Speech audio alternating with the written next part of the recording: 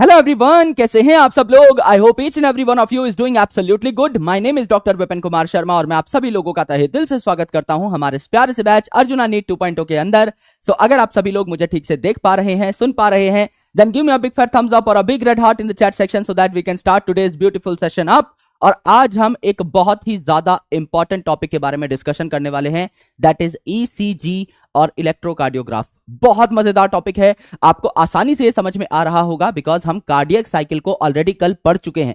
तो मैं आपको कार्डियक साइकिल का एक रिवीजन दूंगा और उसके बाद ईसीजी आपके लिए मक्खन बन जाएगा, हलवा बन जाएगा, और हलवा मैं आपको खिला भी दूंगा। आपको बस बैठ करके उस हलवे को चबाना है और गटकना है। और एटलीस्ट इतनी एक्सपेक्टेशंस तो मैं अपने भाइयों से रख ही सकता हूं कि आपके मुंह में जब हलवा डाला जाएगा तो आप उसका आनंद ले पाएं, स्वाद ले पाएं, और बहुत मजे से हमारा आज ये चैप्टर खत्म करने की हम कोशिश करेंगे। और नेक्स्ट सेशन से हम लोग excretory products and there elimination यानी कचड़ा पट्टी की एलिमिनेशन की तरफ बढ़ रहे होंगे। तो लाल कलर के दिलों की बारिश कर दी जाए एंड एक बार तारा रारा इन द चैट सेक्शन प्लीज। अगर अभी तक की सारी बातें आपको क्लियर हैं तो एक बार बता डालिए झटपट इन द चैट सेक्शन। और आज हम इस चैप्टर को कंप्लीट करेंगे। कुछ इंपॉर्टेंट क्वेश्चंस मैं आपको क्लास में कराऊंगा, जैसे कल मस्त क्वेश्चंस लेकर के आया था। डेली हमारे कुछ क्वेश्चंस होते हैं 9-10 के आसपास, तो वहां से आपकी प्रैक्टिस भी बहुत शानदार हो जाएगी और आपको अलग से कुछ करने की जरूरत वैसे तो नहीं है। आप अपनी इच्छा से अलग से पढ़ना चाहें तो आप पढ़ सकते हैं। ऑलराइट, गुड इवनिंग एवरीवन, सभी लोगों का स्वागत है। Welcome to this class and thank you so much for coming to this class on time. This thing is highly appreciated. आप लोग आते हो बहुत ज्यादा एनर्जी लेकर के, बहुत ज्यादा प्यार लेकर के, बहुत ज्यादा एंथुजियाज्म लेकर के। तो बढ़ते हैं आगे और पढ़ डालते हैं और फाड़ डालते हैं इस टॉपिक को, जिसका नाम है क्या? जिसका नाम है मेरे दोस्त ईसीजी। लेकिन ईसीजी पढ़ने से पहले ये आपकी कल की स्लाइड है, इसको भी देख लेते हैं। मैंने आपको कल क्या समझाया था? मैंने आपको कार्डियक साइकिल के बारे में 3 स्टेप के अंदर पूरी की पूरी क्लैरिटी दे दी थी। सबसे पहले हार्ट आपका रेस्ट स्टेट में रहता है, यानी कि आपका डायस्टोल में रहता है। इसे कहते हैं हम जॉइंट डायस्टोल। एट्रिया भी आपके मस्त खुले खुले पड़े हुए हैं, कॉन्ट्रैक्ट नहीं कर रहे, यानी ये भी डायस्टोल में है। और वेंट्रिकल्स भी खुले खुले पड़े हुए हैं, ये भी आपका कॉन्ट्रैक्ट नहीं कर रहे हैं। तो एट्रियल डायस्टोल भी है और आपका वेंट्रिकुलर डायस्टोल भी है। इसे कहते हैं जॉइंट डायस्टोल। यानी किसी भी चीज की जब शुरुआत होती है तो हमेशा 0 से होती है। किसी भी चीज को जब आप पढ़ना शुरू करोगे तो इनिशियल पॉइंट से पढ़ना शुरू करोगे ना, तो यहां पर ये 0 लेवल है कि हार्ट एकदम रेस्ट पे है। अब हम इसको बीट करवाएंगे। तो हार्ट अगर आपका रेस्ट पे है तो सबसे पहले आपके ऊपर के एट्रिया कॉन्ट्रैक्ट करेंगे और फुचुक करके ब्लड पंप कर देंगे वेंट्रिकल के पास। इसे कहते हैं एट्रियल सिस्टोल। जब एट्रिया कॉन्ट्रैक्ट करता है तो वेंट्रिकल उस टाइम पर रेस्ट पे रहता है, यानी डायस्टोल में रहता है। तो पहला स्टेप हमारा क्या था? Atrial systole. फिर एट्रिया अपना काम करके रेस्ट पे आ जाएगा और जैसे ही ये रेस्ट पे आता है वेंट्रिकल्स ब्लड को पंप कर देते हैं लंग्स की तरफ और बॉडी ऑर्गन्स की तरफ। इसे कहते हैं वेंट्रिकुलर सिस्टोल। और जैसे ही वेंट्रिकुलर सिस्टोल खत्म हो जाएगा तो ये भी रेस्ट पे आ जाएगा, यानी फिर से जॉइंट डायस्टोल आ जाएगा। यानी joint diastole, atrial systole, ventricular systole, joint diastole, joint diastole, atrial systole, ventricular systole, joint diastole. ये आपके 3 स्टेप्स थे। 1 2 3 एंड दोबारा से 1 आ गया। राइट, 1 2 3 दोबारा से आपका 1 आ गया। This was the overall explanation of your cardiac cycle. Right, अभी हम इसको दोबारा से पढ़ लेते हैं। जॉइंट डायस्टोल मतलब आपके जो एट्रियम है ये कॉन्ट्रैक्ट नहीं कर रहे, रेस्ट पे हैं, और आपके जो वेंट्रिकल हैं ये भी कॉन्ट्रैक्ट नहीं कर रहे, रेस्ट पे हैं। मेरे भाई एट्रिया भी रेस्ट पे, वेंट्रिकल भी रेस्ट पे। तो एट्रिया में आपका लेफ्ट साइड में जो ऑक्सीजनेटेड ब्लड आता है, राइट साइड में जो डीऑक्सीजनेटेड ब्लड आता है, क्या ये वेंट्रिकल में भरने लगा है? भरने लगा है सर। 70% वेंट्रिकल्स बिना किसी पिचम पिचकी के ही भर गए, है ना। कोई पिचकम पिचकी यहां पर नहीं हुई, सीधा सीधा वेंट्रिकल 70% भर गए। लेकिन अब भी एट्रिया में कुछ ब्लड आ रहा है और वेंट्रिकल्स 30% खाली रह गए हैं। तो एट्रिया को हम गुब्बारे की तरह पिचका डालेंगे। जब हम एट्रिया को गुब्बारे की तरह पिचका डालेंगे तो इसका बचा हुआ ब्लड भी वेंट्रिकल में चला जाएगा, वेंट्रिकल 100% भर जाएंगे। इसको हम कहते हैं क्या? Atrial systole. एट्रिया पिचक चुके हैं और ब्लड वेंट्रिकल में पूरा भर चुका है। वेंट्रिकल अभी नहीं पिचक रहे हैं, तो ये जो आपकी वॉल्स हैं, सेमिलुनर वॉल्स, ये क्लोज्ड हैं। लेकिन एट्रिया से वेंट्रिकल में तो ब्लड आ रहा है ना दोस्त, तो ये जो आपकी वॉल्स हैं ट्राइकस्पिड और बाइकस्पिड ये ओपन है। फिर क्या हुआ? अब एट्रिया पिचकने के बाद रेस्ट पे आ गया, ये अपना मस्त रेस्ट पे आ गया। अब वेंट्रिकल्स पिचकेंगे और ये डीऑक्सीजनेटेड ब्लड चला जाएगा लंग्स के पास प्योरीफाई होने, और ये ऑक्सीजनेटेड ब्लड चला जाएगा ऑर्गन्स में डिस्ट्रीब्यूट होने, तो ये दोनों वॉल्स खुल जाएंगी। और हम नहीं चाहते कि जब वेंट्रिकल पिचके तो ब्लड ऊपर की साइड चला जाए, तो ये वॉल्स हमको बंद करनी है। तो जब वेंट्रिकल पिचकता है तो ब्लड ऊपर जाने से हमको रोकना है, तो बायकस्पिड और ट्राइकस्पिड वॉल्व क्लोज हो गई और आपकी सेमीलूनर वॉल्व जो है ये ओपन हो गई बॉडी के अलग अलग पार्ट्स में, और लंग्स के पास आपका ऑक्सीजन और CO2 पहुंच गया। अब देखिए फिर से दोबारा वही की वही स्टेट आ गई कि अब वेंट्रिकल्स भी पिचकने के बाद नॉर्मल हो गए, ऊपर से आपका डीऑक्सीजनेटेड ब्लड आ रहा है, 70% वेंट्रिकल भर जाएंगे, यहां से ऑक्सीजनेटेड ब्लड आ रहा है, 70% वेंट्रिकल भर जाएंगे। यही तो बात हमने की थी। यानी सबसे पहले द फर्स्ट स्टेप इज कि हार्ट आपका नॉर्मल कंडीशन पे है, एकदम रेस्ट, एकदम जीरो लेवल पे। फिर आपका एट्रिया कॉन्ट्रैक्ट किए, वेंट्रिकल अभी भी रेस्ट पे है। फिर एट्रिया जैसे रेस्ट पे आया, वेंट्रिकल कॉन्ट्रैक्ट कर गया, तो एट्रिया रेस्ट पे, वेंट्रिकल कॉन्ट्रैक्टेड। फिर वेंट्रिकल भी कॉन्ट्रैक्ट करने के बाद आपका रेस्ट पे आ जाएगा। यानी पहले एट्रिया कॉन्ट्रैक्ट, वेंट्रिकल रिलैक्स, फिर वेंट्रिकल कॉन्ट्रैक्ट, एट्रिया रिलैक्स, फिर दोनों रिलैक्स। ये थी हमारी कार्डियक साइकिल। आई होप आपको ये बात याद है। किस किस को ये बात एकदम 100% एफिकेसी के साथ समझ में कल भी आ गई थी और आज भी रिवाइज हो गई है? एक बार झटपट बता डालिए, जिससे कि मुझको क्लैरिटी आ जाए कि हाँ भाई आप लोग पढ़ रहे हो, आप लोग चीजों को समझ रहे हो। यस बोल दीजिए एक बार फटाफट। और उसके बाद मैं आपको बताऊंगा कि मैंने रिवीजन क्यों कराया। हम सीधा सीधा भी आगे बढ़ सकते थे, लेकिन इस रिवीजन का कोई तो प्रोटोगेटिव होना चाहिए ना, कुछ तो इंपॉर्टेंस है इस रिवीजन की, जो कि इसको आज कराया गया। तो हम इस पर्टिकुलर कार्डियक साइकिल से ही ईसीजी पढ़ लेंगे, तो आपको कुछ मेहनत करने की जरूरत ही नहीं पड़ेगी। 100% टॉपिक अगर मुफ्त में समझ में आ जाए, फ्री में समझ में आ जाए, तो उसमें बुराई क्या है? बढ़िया है, दिमाग कम खर्च होगा, कहीं और लगा लेंगे, न्यूमेरिकल सॉल्व कर लेंगे फिजिक्स वगैरह के। बायोलॉजी भाई पे छोड़ ही रखी है तो कोई टेंशन है नहीं, राइट? तो यहां पर देखिए ईसीजी जो है इसके डेफिनेशन क्या है, आराम से सुनिए, आराम से समझिए। ईसीजी फुल फॉर्म क्या है? इलेक्ट्रोकार्डियोग्राम। एक और फुल फॉर्म है इलेक्ट्रोकार्डियोग्राफ, लेकिन दोनों में से जो बेटर फुल फॉर्म हम लोग लेके चलते हैं दैट इज इलेक्ट्रोकार्डियोग्राम, राइट? ये क्या है आपका? Electro cardiogram. क्या समझ में आया? ग्राम मतलब मशीन, इलेक्ट्रो मतलब इलेक्ट्रिक, कार्डियो मतलब हार्ट। यानी हार्ट की इलेक्ट्रिकल एक्टिविटी को नोट करने वाली मशीन को हम लोग क्या कहेंगे?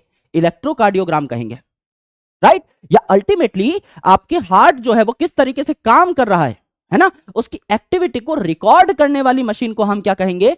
ईसीजी कहेंगे। जैसे आपने फिल्मों में देखा होगा कि हाँ भाई एक इंसान है वो आईसीयू में एडमिट है, उसकी धड़कनें चल रही हैं, आईसीयू में एडमिट है, राइट?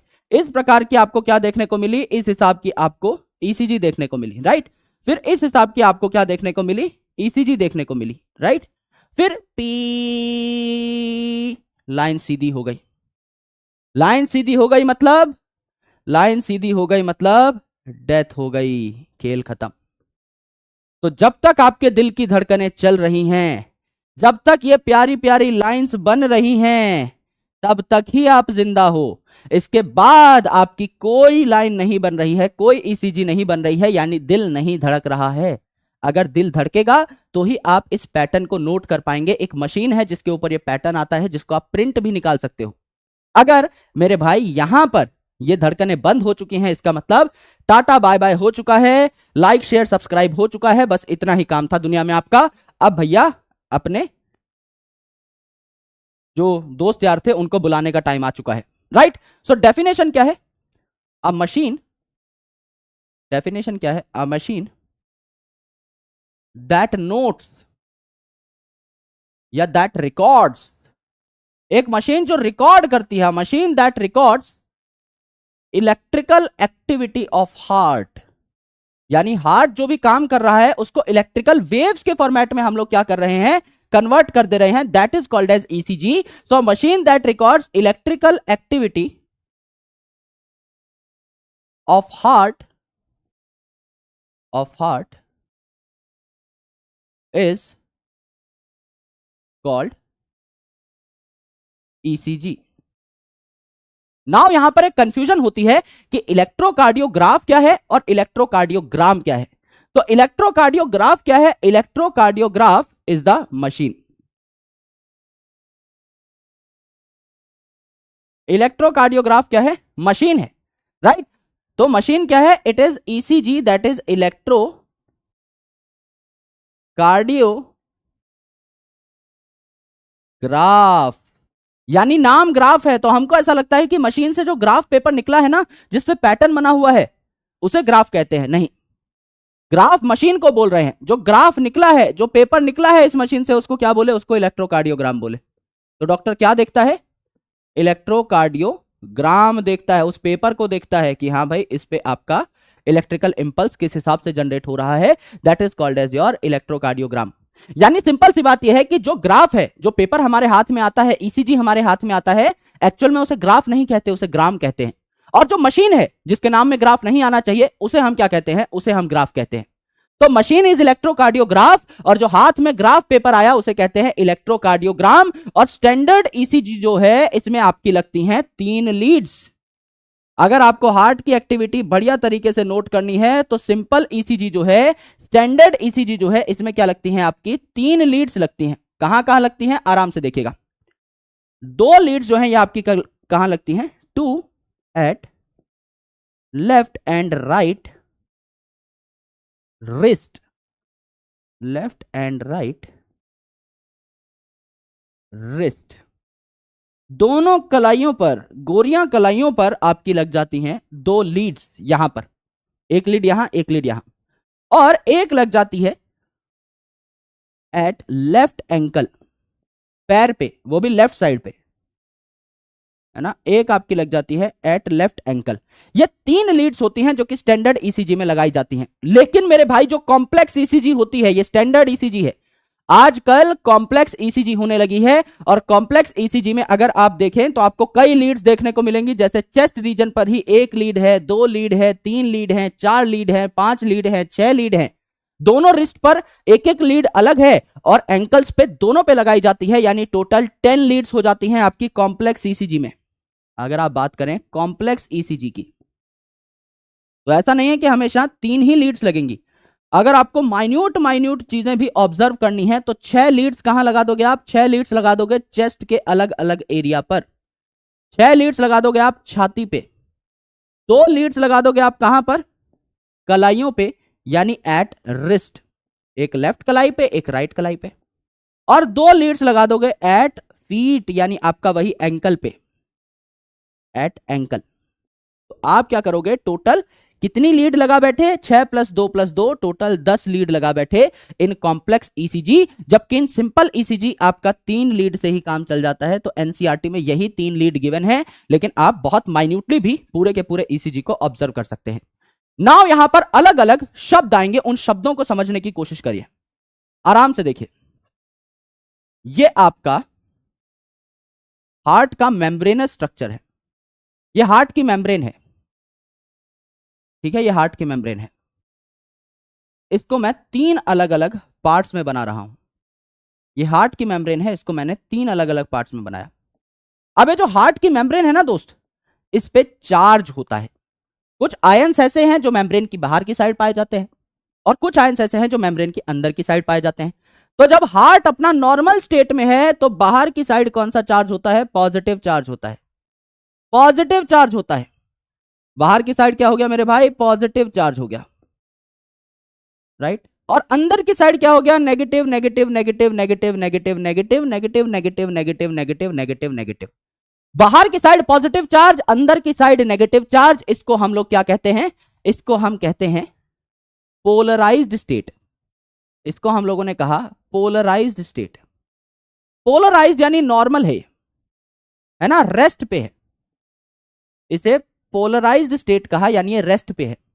अगर ये रेस्ट पे है और आप इसको छेड़ दो, आप इससे सिग्नल अगर ट्रांसमिट कराना चाहते हो, आपने अगर छेड़ दिया इसको, तो मेरे भाई इसका चार्ज जो है बाहर का अंदर, अंदर का बाहर जाना शुरू कर देता है। यानी बाहर की साइड ये क्या हो जाएगा? नेगेटिव हो जाएगा, नेगेटिव हो जाएगा, और अंदर की साइड ये क्या हो जाएगा? पॉजिटिव हो जाएगा, पॉजिटिव हो जाएगा। इसे हम क्या कहते हैं? पोलराइज का उल्टा कर दिया आपने, पोलराइज्ड स्टेट को डिलीट कर दिया, तो इसे क्या बोला जाएगा? खुद बताइए। पोलराइज्ड स्टेट जो था इसको डिलीट कर दिया, इसका उल्टा कर दिया, उस पोलराइज्ड स्टेट को डीएक्टिवेट कर दिया। डी बहुत यूज कर रहा हूं मैं, तो इसको क्या बोल दिया? डीपोलराइज्ड, यानी अब सिग्नल ट्रांसफर होने लगा है। It is depolarized state. And then मेरे भाई सबसे इंपॉर्टेंट, ये सिग्नल जब आगे चला गया तो मेम्ब्रेन पहले की तरह आपकी नॉर्मल हो जाएगी। इसको हम लोगों ने क्या कह दिया, ये पहले की तरह नॉर्मल हो गई। ये पहले की तरह नॉर्मल हो गई, जैसी पहले थी वैसी ही आपकी नॉर्मल हो गई।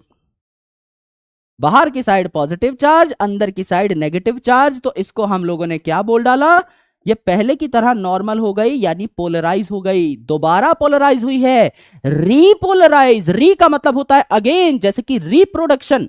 री मतलब दोबारा, प्रोडक्शन प्रोड्यूस करना, अपने बच्चे बना रहे हैं हम लोग, खुद जैसे ऑर्गेनिजम्स को दोबारा प्रोड्यूस कर रहे हैं, that's why it is called as reproduction. तो यहां क्या बोलेंगे, रीपोलराइजेशन। जैसा पहले था वैसा ही दोबारा हो चुका है, तो इसे क्या बोल दिया, अब रीपोलराइजेशन पहले जैसा हो गया है, दोबारा पहले जैसा हो गया है, रीपोलराइजेशन। रीपोलराइजेशन, ये बात समझ में आई भाई? ये अभी समझना है नहीं, वैसे मैं सिर्फ आपको नॉर्मल टर्म्स बता रहा हूं। अगर कोई रेस्ट पे बैठा हुआ है मस्त, तो उसे कहेंगे पोलराइज्ड। अगर उसमें सिग्नल आ चुका है, जैसे अभी एट्रिया में कॉन्ट्रैक्शन का सिग्नल आ गया है, ऐसे नोड ने सिग्नल जनरेट किया कि भैया चलो फटाफट कॉन्ट्रैक्ट हो जाओ, तो वो कॉन्ट्रैक्ट हो गया है ना, उसमें कॉन्ट्रैक्ट होने का सिग्नल आ गया है, यानी अब वो कैसा है, वो आपका डीपोलराइज हो गया। रेस्ट पे नहीं रहा, उसको छेड़ दिया है आपने, तो वो डीपोलराइज हो गया।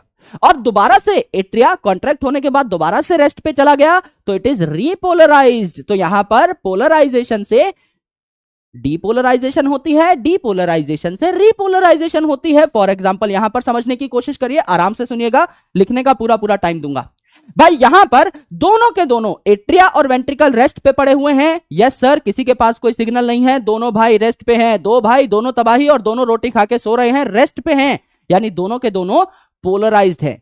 जो चार्ज इनके ऊपर होना चाहिए वही चार्ज इनके ऊपर है, मस्त पोलराइज्ड, कोई दिक्कत नहीं है, जैसे हैं वैसे ही हैं। अब एट्रिया को मैंने छेड़ दिया कि चल बेटा फटाफट कॉन्ट्रैक्ट करके दिखा, तो एट्रिया यहां पर कॉन्ट्रैक्ट कर रहा है, तो एट्रिया के साथ छेड़खानी हो चुकी है, यानी एट्रिया क्या हो गए, डीपोलराइज। पोलराइज्ड स्टेट उनका डिलीट हो चुका है, डीएक्टिवेट हो चुका है, तो डी वर्ड वहां से आता है, तो इट इज डीपोलराइज्ड। और वेंट्रिकल मस्त सो रहा है अभी भी, तो इट इज पोलराइज्ड। उसके बाद एट्रिया कॉन्ट्रैक्ट होने के बाद मस्त रेस्ट पे आ गए, यानी दे आर रीपोलराइज्ड। पहले जैसे हो गए, दोबारा जैसे होने चाहिए थे वैसे ही हो गए, जैसे शुरू में थे वैसे ही हो गए, दोबारा से रेस्ट पे आ गए, तो इट इज रीपोलराइज्ड। और यहां पर वेंट्रिकल कॉन्ट्रैक्ट होने लगे हैं, वेंट्रिकल कॉन्ट्रैक्ट यानी वेंट्रिकल में सिग्नल पहुंच चुका है, तो ये क्या हो गए, डीपोलराइज हो गए।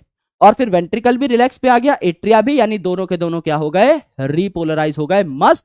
दोबारा से ये पूरी साइकिल शुरू हो सकती है। यानी कि जब कोई रेस्ट पे बैठा हुआ है ना, जैसे कि मैं सो रहा हूं, मैं चद्दर ओढ़ के सो रहा हूं, है ना, तो मैं क्या हूं, पोलराइज्ड। जैसा मुझे होना चाहिए रेस्ट पे मैं वैसा ही हूं।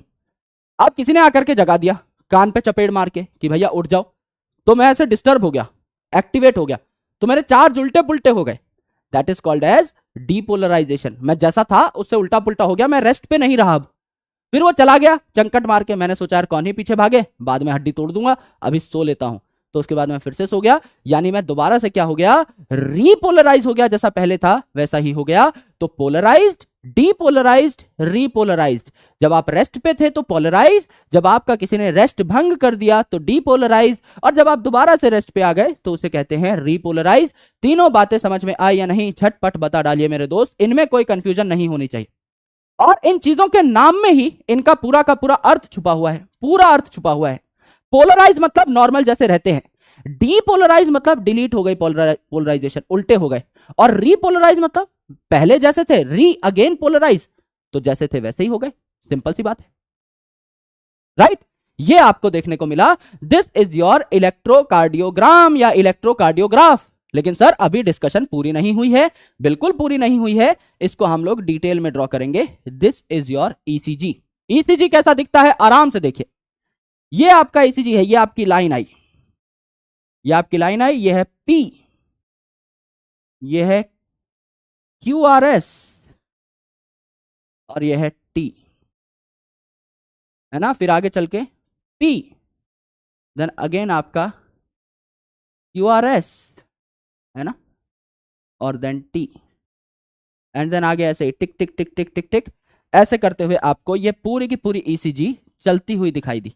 इनको हम किन अल्फाबेट से बोलते हैं, पी, क्यूआरएस, टी, क्या बोले, P Q R S T, P Q R S T, P Q R S T, ये हमने कहा आपके ईसीजी की लाइंस को, right. P Q R S T, this is one ECG, एक बार हार्ट बीट किया, एक बार एक कार्डियक साइकिल हुई, तो this is one ECG, this is second ECG, this is second activity, है ना। एक बार दिल धड़का, ये सारे इवेंट हुए, दूसरी बार दिल धड़का, ये सारे इवेंट हुए, ये आपको देखने को मिले। दिस इज स्टैंडर्ड ईसीजी, ऐसी ईसीजी की शक्ल होनी चाहिए, राइट, ऐसी ईसीजी की शक्ल होनी चाहिए।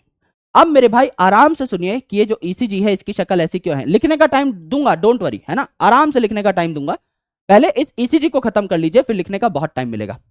मैंने आपको क्या बताया, आ जाते ही मैंने आपको बताया सबसे पहले हार्ट जो है आपका रिलैक्स्ड स्टेट में है, यानी अगर साइंटिफिक भाषा में बोलूं तो ये रिलैक्स्ड स्टेट में है, मतलब पोलराइज्ड स्टेट में है, जैसा इसको होना चाहिए वैसा ही है। क्या पहले एकदम रिलैक्स स्टेट में है? यस सर, रिलैक्स्ड स्टेट में है। दूसरी चीज, पहले आपका हार्ट पूरा का पूरा रिलैक्स था, बाद में सिर्फ एट्रिया आपके कॉन्ट्रैक्ट किए, एट्रिया आपके कॉन्ट्रैक्ट किए, तो कार्डियक साइकिल का पहला आपका जो मेन इवेंट है वो क्या है, एट्रिया का कॉन्ट्रैक्शन, यानी एट्रिया की डीपोलराइजेशन। पहले किसके साथ छेड़खानी हुई, पहले कौन डीपोलराइज हुआ, सर एट्रिया, पहले ये दोनों कॉन्ट्रैक्ट किए। इस डायग्राम में अगर आप देखोगे तो नीचे वाले वेंट्रिकल्स रेस्ट पे हैं, डायस्टॉल में हैं। कॉन्ट्रैक्ट कौन किया, आपके एट्रिया कॉन्ट्रैक्ट किए। तो पहला इवेंट क्या है, एट्रियल कॉन्ट्रैक्शन, यानी एट्रियल डीपोलराइजेशन। तो सबसे पहले एट्रिया जो है इनको छेड़ा गया, फिर एट्रिया अपना मस्त रिलैक्स हो गया, ये मस्त रिलैक्स हो गया, लेकिन वेंट्रिकल्स को छेड़ दिया गया। तो अगला इवेंट है वेंट्रिकल डीपोलराइजेशन, इसको छेड़ दिया गया, और इसके बाद वेंट्रिकल भी कॉन्ट्रैक्ट करने के बाद रेस्ट पे आ गया, यानी दोनों ही रीपोलराइज हो गए मस्त तरीके से, करेक्ट। अब इसको हम लोग ईसीजी में कैसे देखें, अब इसको हम लोग ईसीजी में कैसे देखें, यहां पर आराम से समझने की कोशिश करिएगा दोस्त, बहुत ही ताबड़तोड़ कंसेप्ट है। मैंने यहां पर क्या बोला, स्टार्टिंग में हार्ट एक रेस्ट पोजीशन में था, मैंने आपको क्या बोला, हार्ट एक रेस्ट पोजीशन में था। पी की अगर मैं बात करूं तो सबसे पहले छोटे छोटे चैम्बर्स कौन से थे, एट्रिया, वो सबसे पहले डीपोलराइज हुए, यानी वो सबसे पहले कॉन्ट्रैक्ट किए। तो इसको मैं क्या लिख सकता हूं,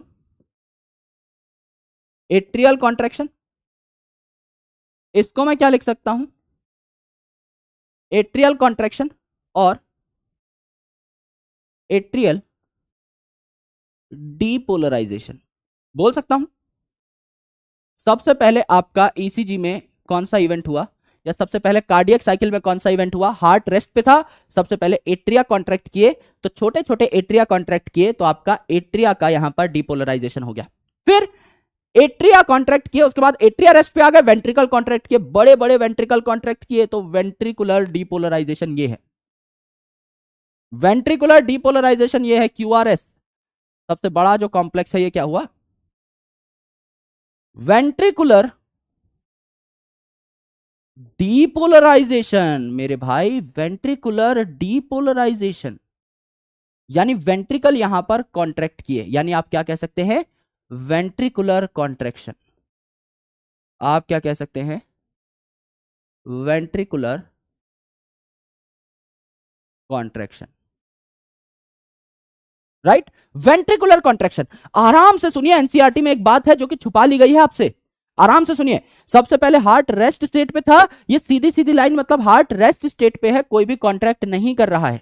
फिर आपका एट्रिया जब कॉन्ट्रैक्ट किए तो छोटा सा एक बंप देखने को मिला, खुचुक करके हम लोग आगे कूद गए, यानी कि एट्रिया कॉन्ट्रैक्ट किए तो छोटा सा बंप देखने को मिला।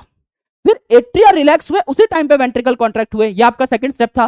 पहला स्टेप एट्रिया कॉन्ट्रैक्ट, फिर वेंट्रिकल कॉन्ट्रैक्ट, उसी टाइम पे एट्रिया रिलैक्स, यानी ये जो क्यूआरएस, ये जो यहां पर क्यूआरएस देखने को मिल रहा है, इसमें वेंट्रिकल कॉन्ट्रैक्ट कर रहे हैं लेकिन एट्रिया रिलैक्स भी कर रहे हैं। ये चीज भी इसी में छुपी हुई है, पर दिखती नहीं है, क्योंकि एट्रिया इतने छोटे हैं कि ये कब कॉन्ट्रैक्ट किए कब रिलैक्स किए इनको पता लगा पाना मुश्किल है। अब यहां एट्रिया अकेला कॉन्ट्रैक्ट कर रहा था तो छोटा सा पहाड़ दिख गया, लेकिन इतने बड़े पहाड़ में एट्रिया रिलैक्स किया है ये चीज देखना बहुत ही मुश्किल है, सिर्फ वेंट्रिकल ही दिखाई देते हैं। तो यहां पर क्या है, क्यूआरएस में आप कह सकते हैं एट्रियल रीपोलराइजेशन भी होती है, एट्रिया भी अपने नॉर्मल स्टेट में आ जाते हैं, रीपोलराइजेशन होती है ना।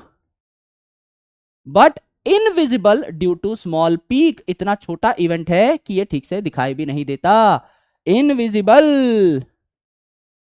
ड्यू टू स्मॉल पीक, इतना छोटा है कि ये वेंट्रिकुलर कॉन्ट्रैक्शन के सामने दिखाई नहीं देता। इसीलिए कई किताबों में सिर्फ यहां पर वेंट्रिकुलर कॉन्ट्रैक्शन लिखा जाता है, लेकिन एट्रिया भी तो उस टाइम पर क्या हो रहा है, रिलैक्स हो रहा है जब वेंट्रिकल कॉन्ट्रैक्ट हुए तो, और बाद में दोनों ही रिलैक्स हो जाते हैं। यानी कि आपका ये वाला जो है टी, ये वाला जो है टी, यहां पर क्या हुआ, वेंट्रिकल जो आपका कॉन्ट्रैक्टेड था ये रिलैक्स हो गया, यानी वेंट्रिकुलर रीपोलराइजेशन हो गई, वेंट्रिकुलर रीपोलराइजेशन हो गई,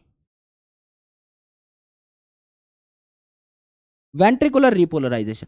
यानी सबसे पहले आपका हार्ट एकदम मस्त रेस्ट पे, उसके बाद एट्रिया कॉन्ट्रैक्ट किए वेंट्रिकल रेस्ट पे, एट्रिया कॉन्ट्रैक्ट किए वेंट्रिकल रेस्ट पे, एट्रिया कॉन्ट्रैक्ट किए तो एट्रिया की डिपोलराइजेशन हुई, फिर वेंट्रिकल्स कॉन्ट्रैक्ट किए और एट्रिया रेस्ट पे, वेंट्रिकल कॉन्ट्रैक्ट किए तो बड़े होते हैं वेंट्रिकल, तो एक बड़ा पीक देखने को मिला, यानी कि आपका वेंट्रिकुलर कॉन्ट्रैक्शन या वेंट्रिकुलर डिपोलराइजेशन यहां पर हुआ।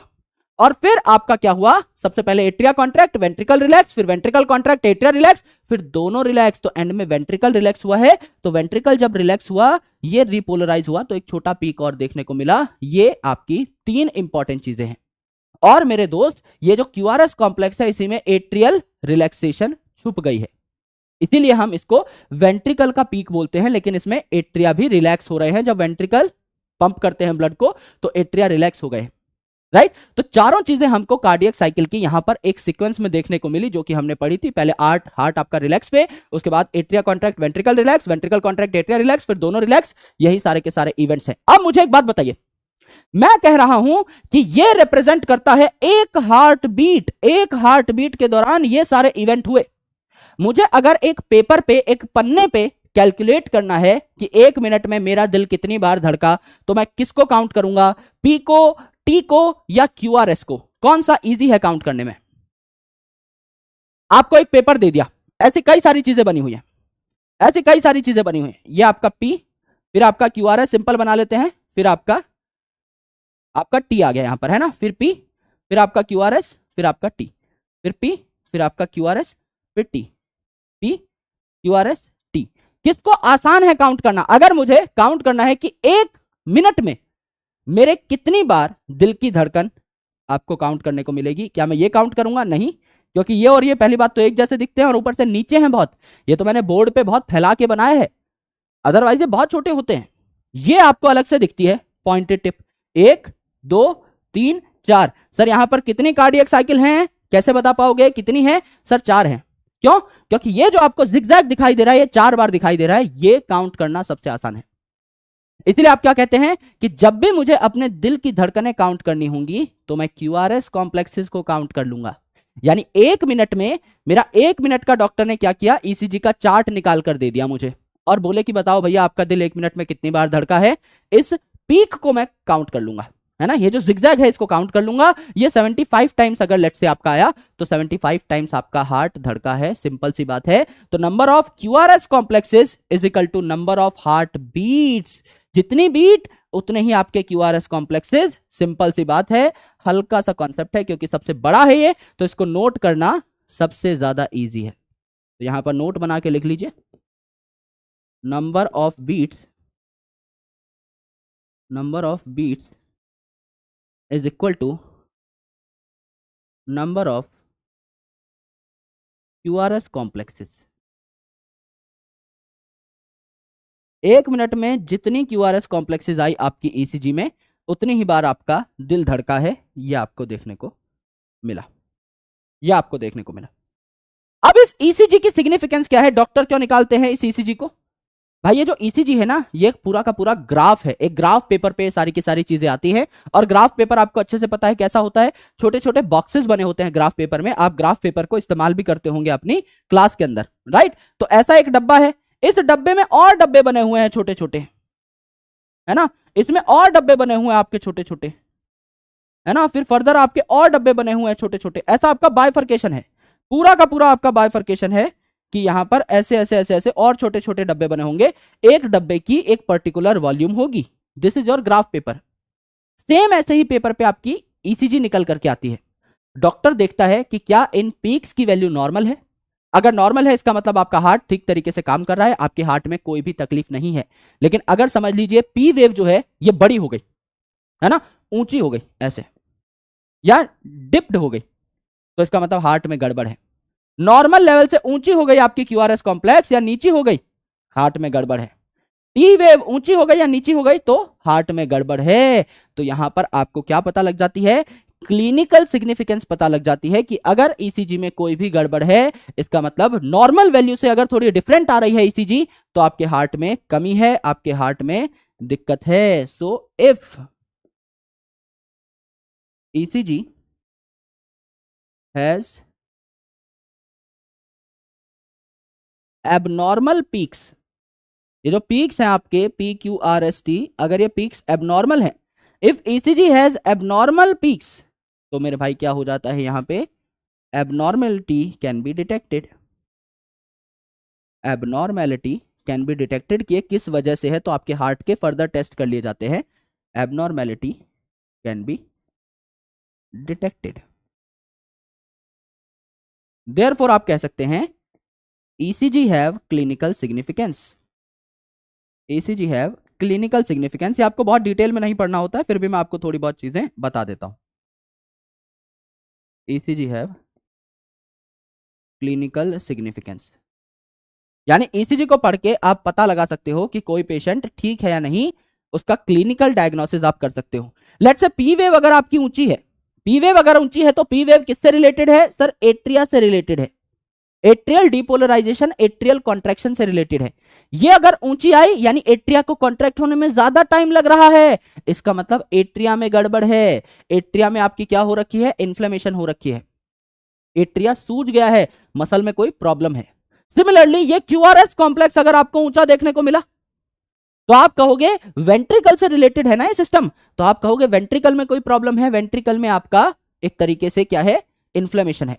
और अगर ये टी वेव आपको बहुत ऊंची देखने को मिली, तो इसका मतलब आपके वेंट्रिकल का जो रिपोलराइजेशन है ठीक से नहीं हो पा रहा, वो वापस ठीक तरीके से नहीं जा पा रहे, यानी चार्ज का जो है आदान प्रदान ठीक से नहीं हो रहा। पोटेशियम आयन बढ़ चुका है हार्ट में, है ना, क्योंकि सोडियम और पोटेशियम से ही ये पॉजिटिव और नेगेटिव चार्जेस आते हैं। तो आपका पोटेशियम आयन बढ़ चुका है, जिसको क्या कहा जाता है, हाइपर कैलेमिया कहा जाता है। कैलेमिया मतलब आपका पोटेशियम जो कि के से स्टार्ट होता है, तो के फॉर कैलेमिया, और हाइपर मतलब ज्यादा हो चुका है इनका नंबर। तो अल्टीमेटली इसको आपको नहीं पढ़ना है, लेकिन फिर भी अगर आप लिखना चाहते हो तो लिख सकते हो, पढ़ना नहीं है मेरे दोस्त, याद नहीं रखना, मैं पहले बता रहा हूं, है ना, कुछ याद नहीं रखना। आपका एनलार्ज हो गया अगर पी, एनलार्ज हो गया अगर आपका पी, है ना, एनलार्ज हो गया अगर क्यूआरएस,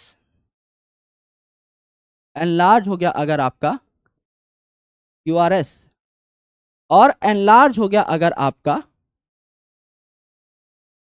टी, तो इनका क्या मतलब हुआ, आराम से देखिए। यहां पर पी का चक्कर है यानी एट्रिया से रिलेटेड है, तो आप कह सकते हैं एट्रियल इन्फ्लेमेशन हो जाएगी। एट्रिया ठीक तरीके से कॉन्ट्रैक्ट नहीं कर पा रहे, एट्रियल इन्फ्लेमेशन। यहां पर क्यूआरएस मतलब वेंट्रिकल से रिलेटेड सिस्टम है, तो आप क्या कह दोगे, वेंट्रिकुलर इन्फ्लेमेशन।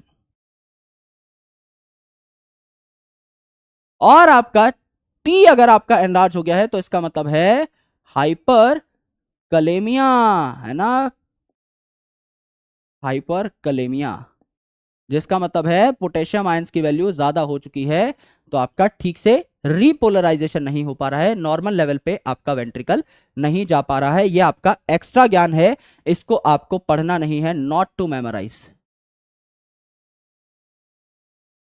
ये आपको याद नहीं रखना है। ये फिर कई स्टूडेंट्स ना बोलते हैं सर क्या हो जाएगा अगर ये वेव बड़ी हो जाएगी, ये वेव छोटी हो जाएगी, तो क्या हो जाएगा, वेव्स अगर छोटी हो जाएंगी तो हार्ट में ऑक्सीजन नहीं पहुंच पाएगी, इस्चीमिया हो जाएगा। जैसे हार्ट से इश्क हो जाता है, ऐसे ही इस्चीमिया भी हो जाता है, इस्चीमिया भी हो जाता है, यानी लोअर O2 पहुंच रहा होता है, O2 की कमी हो जाती है आपके हार्ट में, जब पीक क्या हो जाती है आपकी, ड्रॉप हो जाती है, व्हेन पीक इज ड्रॉप्ड। जब ये पीक्स आपकी छोटी हो जाएं तो एट्रिया में कम ऑक्सीजन पहुंचेगा, वेंट्रिकल में कम ऑक्सीजन पहुंचेगा, एंड सो ऑन, तो आपका इश्क हो जाता है, इस्चीमिया हो जाता है। राइट। ये सारी बातें आपको याद नहीं रखनी है, इनमें से इनफैक्ट एक भी बात आपको याद नहीं रखनी है। वो सिर्फ मैंने इसीलिए बताया है क्योंकि बाद में कुछ स्टूडेंट्स पूछते हैं कि सर इस बात का क्या होगा, इस बात का क्या होगा, तो हम लोगों ने सारी बातें पहले ही बता दी हैं। इस पूरी की पूरी स्लाइड को नोट कर लीजिए और फिर मैं आपको कंप्लीट ईसीजी दोबारा पढ़ाता हूं, क्योंकि मुझे पता है कि काफी सारे स्टूडेंट्स को समझ में आ गया होगा, लेकिन इंफॉर्मेशन काफी सारी है, तो मैं आपको दोबारा से पूरा ईसीजी पढ़ाऊंगा, आराम से बैठ करके चीजें रिपीट कराऊंगा, रिवाइज करवाऊंगा, क्योंकि यहां से क्वेश्चन बनता है और क्वेश्चन जो है वो स्टूडेंट ठीक तरीके से सॉल्व नहीं कर पाते। And that's why it is important to understand this ECG. Normal value क्या है और एक्सटेंडेड वैल्यू क्या है ये आपको अभी समझ में नहीं आएगा, बिकॉज ये जो ग्राफ है इसकी रीडिंग्स बहुत ही माइन्यूट होती हैं। तो जब आप एमबीबीएस में फिजियोलॉजी पढ़ेंगे उस टाइम पर आपको ज्यादा क्लैरिटी मिल रही होगी। अभी सिर्फ आपके सिलेबस में सिर्फ ये शेप है और ये जो स्काई ब्लू कलर से मैंने आपका कंटेंट लिखा है सिर्फ ये है, ये सारी बातें आपके सिलेबस में है ही नहीं, तो आप इनको पूरा पूरा छोड़ सकते हो, that is completely your call. मैं पर्सनली होता अगर आपकी जगह तो मैं इनको नहीं पढ़ता, तो इनको आप मत पढ़िएगा। सिर्फ इतनी बातें जो कि बहुत जनरल जनरल बातें हैं, बिकॉज ये कार्डियक साइकिल ही है, बस मैंने उस कार्डियक साइकिल को अलग से एक रूप दे दिया है। ये मैंने हम लोगों ने अच्छे तरीके से समझ लिया। आराम से देखिए, ये आपकी कार्डियक साइकिल है। कार्डियक साइकिल में हमें पता है पहले आपका हार्ट जो है इसके चारों चैम्बर रेस्ट पे रहते हैं, यानी ये कैसे रहते हैं, पोलराइज्ड, जैसा इनको होना चाहिए वैसे ही रेस्ट पे ये पोलराइज रहते हैं।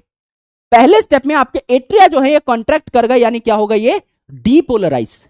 वेंट्रिकल रेस्ट पे है, सिर्फ एट्रिया आपके कॉन्ट्रैक्ट कर गए। फिर जैसे ही आपका एट्रिया रिलैक्स करता है वेंट्रिकल कॉन्ट्रैक्ट कर जाता है, यानी वेंट्रिकल क्या हो गए आपके डीपोलराइज, और फिर वेंट्रिकल भी रिलैक्स स्टेट में आ जाता है। यानी सबसे पहले heart relax, atria contract, ventricle relax, ventricle contract, atria relax, फिर दोनों रिलैक्स। ये है आपकी कार्डियक साइकिल जो हमने समझी। ठीक है, तो मेन जो आपको ग्राफ दिखता है डॉक्टर के हाथ में, जिसको देख करके डॉक्टर साहब बता रहे होते हैं कि आपके हार्ट में कोई प्रॉब्लम है या नहीं, उस ग्राफ को तो हम इलेक्ट्रोकार्डियोग्राम कहते हैं। और मशीन जो है मेरे भाई, जिसका ग्राफ लेना देना ग्राफ से है ही नहीं, उसको हम इलेक्ट्रोकार्डियोग्राफ कहते हैं। तो याद इसी तरीके से करना है कि जो ग्राफ है ना, एक्चुअल में उसे ग्राम कहते हैं। तो जो मशीन हुई इसको हम लोग क्या कह देंगे, इलेक्ट्रोकार्डियोग्राफ कह देंगे, जो कि आपके हार्ट की इलेक्ट्रिकल एक्टिविटी को नोट करता है। जब आपका दिल एक बार धड़कता है तो एक इलेक्ट्रिकल पैटर्न बनता है, उस इलेक्ट्रिकल पैटर्न को ये मशीन रिकॉर्ड कर लेती है। तो नॉर्मल जो स्टैंडर्ड ईसीजी है उसमें 3 लीड्स होती हैं, यानी 3 तार होते हैं जो कि आपकी बॉडी से अटैच किए जाते हैं। एक आपका लेफ्ट एंकल पे, एक लेफ्ट एंकल पे, एक लेफ्ट रिस्ट पे, एक राइट रिस्ट पे, यानी दोनों कलाइयों पे और लेफ्ट एंकल पे। लेकिन कंपाउंड जो आपकी ईसीजी है इसमें 10 लीड्स होती हैं, 6 आपकी चेस्ट पे, एक आपका left wrist, right wrist, left ankle, right ankle, यानी आपका दोनों हाथों में, दोनों पैरों में, और आपकी 6 छाती के ऊपर। तो टोटल आपकी 10 लीड्स हो सकती हैं। यह आपकी कॉम्प्लेक्स ईसीजी है। अब ईसीजी जो है, दिल जब एक बार धड़कता है तो ऐसी चीज दिखाई देती है, ऐसा पैटर्न दिखाई देता है, पी, फिर आपका क्यूआरएस कॉम्प्लेक्स, फिर आपका टी, फिर पी, फिर आपका क्यूआरएस कॉम्प्लेक्स, फिर आपका टी। तो ये दिल एक बार धड़का, ये दिल दूसरी बार धड़का, ये फर्स्ट बीट, ये सेकंड बीट, इसके बाद आएगी third beat, fourth beat and so on. तो एक बीट में क्या हुआ, सबसे पहले मैंने आपको बताया था एट्रिया कॉन्ट्रैक्ट, वेंट्रिकल रिलैक्स, फिर वेंट्रिकल कॉन्ट्रैक्ट, एट्रिया रिलैक्स, फिर वेंट्रिकल भी रिलैक्स। यही तो तीनों स्टेप हैं। पहले एट्रिया कॉन्ट्रैक्ट यानी एट्रिया की डीपोलराइजेशन, वेंट्रिकल के साथ कोई दिक्कत नहीं हुई। फिर एट्रिया आपके रिलैक्स यानी एट्रिया की रीपोलराइजेशन, वेंट्रिकल की आपकी क्या हो जाएगी, डीपोलराइजेशन, और फिर वेंट्रिकल भी रीपोलराइज हो जाएगा। एंड फिर अगली आपकी कार्डियक साइकिल शुरू हो जाएगी, अगली आपकी ईसीजी स्टार्ट हो जाएगी। ये आपको पीक्यूआरएसटी से समझ में आता है, करेक्ट। ये बातें आपको समझ में आई या नहीं, यहां तक एक बार प्लीज बता दीजिए, जिससे कि मैं आपको कुछ क्वेश्चंस करा सकूं। बढ़िया बढ़िया, शानदार शानदार। ये है आपकी ईसीजी, ये है आपकी ईसीजी, फटाफट बताइए, यहां तक क्लैरिटी है? सर लीड स्पेसिफिक जगहों पर ही क्यों लगती है? देखो यार, हार्ट जो है ना, ये सिग्नल्स को फैलाता है। आपको पता है ऐसे नोड से आपके सिग्नल जनरेट होते हैं और उसके बाद आपका हार्ट जो है उन सिग्नल्स को फैलाता है। आपने कभी अपनी कलाई पकड़ के देखी है? यहां पर भी आपको पल्स महसूस होती है, नब्ज चल रही होती है आपकी। आप जिंदा होते हैं तो आपकी हार्ट बीट के हिसाब से यहां पर भी आपकी नब्ज आपको महसूस होती है, राइट। तो यहां पर भी आप एक्टिविटी को नोट कर सकते हैं, पैर में भी नोट कर सकते हैं, और चेस्ट के अलग अलग रीजन्स में आप ये बकायदा देखते हैं कि हार्ट के एकदम पास किस प्रकार के आपके ईसीजी का पैटर्न आ रहा है, हार्ट से दूर आपका बाकी चेस्ट रीजन में किस हिसाब का पैटर्न आ रहा है, राइट। ये आपको देखने को मिला। अब एनसीईआरटी में इसी चीज की डिस्कशन कर डालते हैं। देखिए यही आपकी ईसीजी है, पी, फिर क्यूआरएस कॉम्प्लेक्स, फिर टी। तो यहां पर देखने को मिला कि भैया आपका पिप पिप पिप पिप करके एक मशीन में साउंड आ रहा होता है, जो कि आपने कई फिल्मों में देखा होगा, और फिर अचानक से एक साउंड आता है पी, मतलब भैया खेल खत्म हो गया, कार्डियक अरेस्ट हो गया। कार्डियक अरेस्ट मतलब हार्ट अरेस्ट हो गया है, कुछ कर नहीं पा रहा है। जब आप अरेस्ट हो जाते हो तो हाथों में हथकड़ियां हैं, कुछ कर नहीं पाते, मूवमेंट नहीं हो पाती, तो हार्ट भी अरेस्ट हो गया है, अब बीट कर ही नहीं पा रहा है, एक ही जगह पर जकड़ा गया, यानी आपकी मौत हो गई। तो मशीन जो है इसको क्या कहते हैं, मशीन को क्या कहते हैं, इलेक्ट्रोकार्डियोग्राफ, जबकि इसका ग्राफ से कोई लेना देना है नहीं। और मेरे भाई जो आपका ग्राफ है, जो असली पेपर है, इसको कहा इलेक्ट्रोकार्डियोग्राम। तो ये जो मशीन है इससे एक पेपर निकलता है ईसीजी, जो कि ग्राफिकल रिप्रेजेंटेशन है किसकी, आपके हार्ट की इलेक्ट्रिकल एक्टिविटी की। आपके हार्ट की एक एक बीट जो है ये कार्डियक साइकिल में क्या क्या कमाल दिखाती है, इसकी एक एक एक्टिविटी को हम लोग नोट कर सकते हैं। तो स्टैंडर्ड ईसीजी जो है इसमें 3 इलेक्ट्रिकल लीड्स लगती हैं, एक एक आपके दोनों रिस्ट में और एक आपका लेफ्ट एंकल पर लगती है, करेक्ट। और डिटेल्ड इवेल्युएशन अगर आपको चाहिए तो आप छाती पर भी मल्टीपल लीड्स लगा सकते हैं, जो कि मैंने आपको बताई। टोटल 10 लीड हो जाएंगी, 6 आपकी चेस्ट पे, 2 आपकी दोनों रिस्ट पे और 2 आपकी दोनों एंकल पे, तो टोटल 10 लीड्स आपकी हो सकती हैं। अगर आप देखें तो यहां पर पी वेव जो है, पी वेव मतलब सबसे पहले क्या हुआ, एट्रिया कॉन्ट्रैक्ट हुए, तो एट्रिया की डीपोलराइजेशन हुई, तो ये आपका डीपोलराइजेशन ऑफ एट्रिया को कंक्लूड करती है। फिर आपका क्यूआरएस, यानी यहां पर एट्रिया रिलैक्स हो गए और वेंट्रिकल आपके क्या हुए, कॉन्ट्रैक्ट, यानी ये वेंट्रिकुलर डीपोलराइजेशन है। और फिर वेंट्रिकल रिलैक्स हो गए तो ये क्या है आपका, वेंट्रिकल रिलैक्सेशन है, यानी वेंट्रिकुलर रीपोलराइजेशन है, तो इसे पीक्यूआरएसटी कहा जाता है। तो क्यूआरएस कॉम्प्लेक्स जो है इसमें क्या हुआ, वेंट्रिकल्स आपके क्या हुए, कॉन्ट्रैक्ट हुए, तो डीपोलराइजेशन हो गई आपकी किसकी, वेंट्रिकल्स की, वेंट्रिकल्स की, राइट। और टी वेव जो है सबसे एंड में, इसमें क्या हुआ, आपके वेंट्रिकल दोबारा से रिलैक्स हो गए, यानी रीपोलराइजेशन हो गई किसकी, वेंट्रिकल की। और आपको पता है जब वेंट्रिकल कॉन्ट्रैक्ट हुए थे उसी टाइम पर एट्रिया आपके रिलैक्स हो चुके थे, तो एट्रियल रिपोलराइजेशन कब हुई, इसी क्यूआरएस कॉम्प्लेक्स में, लेकिन वो बहुत छोटा इवेंट है तो ठीक से दिखता नहीं है, वेंट्रिकल के इवेंट में दब जाता है। अब समझ लीजिए एक जना माइक लेकर मेरे बगल में बोल रहा है कि हेलो हेलो हेलो मैं हूं विपिन शर्मा, और मैं बोल रहा हूं तो उसकी बात सुनाई देगी ना, क्योंकि वो माइक लेकर के बोल रहा है। तो ये इतना बड़ा इवेंट है, इतना बड़ा इवेंट है कि इसके सामने छोटा सा आपका एट्रियल रिपोलराइजेशन दिखाई ही नहीं देता। तो मेन यही वेंट्रिकल ही वेंट्रिकल के चर्चे होते हैं, पर ये भी अपने हिसाब से तो बोल ही रहा है ना कुछ कुछ। अब लोगों को नहीं सुन रहा तो हम क्या करें, लेकिन ये तो अपनी तरफ से पूरा जोर लगाकर बोल दे रहा है। अब लोगों तक वो आवाज नहीं पहुंच रही क्योंकि सामने वाला भोंगा लेकर के बोल रहा है इतनी जोर जोर से। तो अल्टीमेटली वो जो रिलेटिव आवाज है वो मैटर करती है। तो bye counting the number of QRS complex, QRS peaks को काउंट करना सबसे आसान है। तो अगर आप एक गिवन टाइम पीरियड में क्यूआरएस कॉम्प्लेक्सेस को काउंट कर लें, इसका मतलब आप नंबर ऑफ हार्ट बीट भी काउंट कर सकते हैं। और मेरे भाई अगर कोई डेविएशन हो जाती है, अगर ये ईसीजी की शेप ऊपर नीचे हो जाती है, कोई पीक ऊपर या नीचे हो जाती है, इसका मतलब हार्ट में कोई ना कोई बीमारी है, जो कि आपको ईसीजी देख करके पता लग जाती है। डॉक्टर देख करके एक टाइम के बाद उनको इतनी प्रैक्टिस हो जाती है कि एक ग्राफ में एक छोटा सा डब्बा भी अगर कम होता है ना, जरा सा ईसीजी का ग्राफ ऊपर नीचे होता है, तो वो झटपट समझ जाते हैं कि कोई ना कोई गड़बड़ है और आपको और टेस्ट करा लेने चाहिए। तो ये सारा का सारा प्रैक्टिस का खेल है, ये सारा का सारा एक्सपीरियंस का खेल है, और आप भी एक दिन एक्सपीरियंस हो जाएंगे और ईसीजी का ग्राफ देखकर ही बता देंगे पेशेंट की हालत, और वो सबसे बेस्ट दिन होगा आपकी लाइफ का, राइट। चलो भाई यहां तक क्लैरिटी है, क्या सवाल सॉल्व किए जाएं, यस और नो, फटाफट बताइए। यहां तक इस टॉपिक के सवाल सॉल्व कर लें, 2-3 सवाल आपको दे दूं मैं, फटाफट फटाफट बताइए यार। यहां तक अगर सब कुछ ठीक है तो सारी चीजें हम लोग सॉल्व कर सकते हैं, राइट। चलिए शानदार।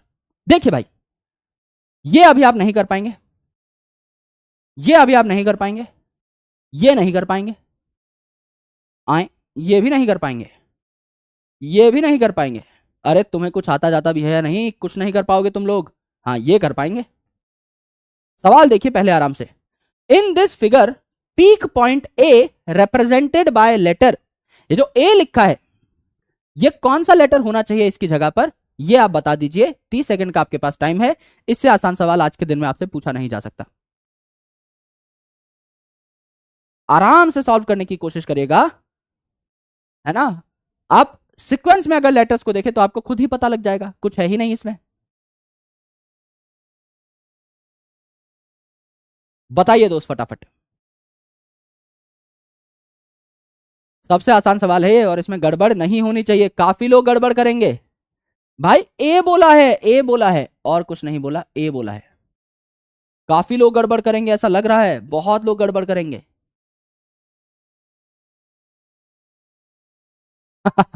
बहुत बहुत लोग कबाड़ा करेंगे भाई। ये आपका पी है। क्या 5 अल्फाबेट्स यूज हुए थे, P Q R S T, तो ये हो गया आपका P, that is atria contraction.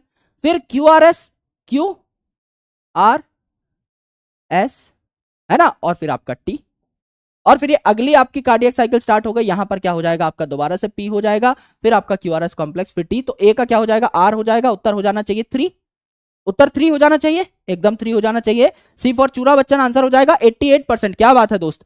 ये कई लोग बी लिख रहे हैं, अभी भी बी लिख रहे हैं मेरे दोस्त। ये क्यू आर एस कॉम्प्लेक्स है तो इसका निचला वाला जो पॉइंट है ये हो गया क्यू, टिप पे जो पॉइंट है ये हो गया आर, और यहां पर ये जो लोअर पॉइंट है ये हो गया एस, क्यू आर एस। तो टिप पे क्या हुआ, आर। तो काफी लोगों ने सही कर दिया है, 88% लोगों ने, बट फिर भी आप इसको और अच्छा कर सकते थे। ये फिर से ईसीजी का सवाल है, पहले पढ़ा देता हूं, उसके बाद आपसे मैं इसका आंसर पूछूंगा।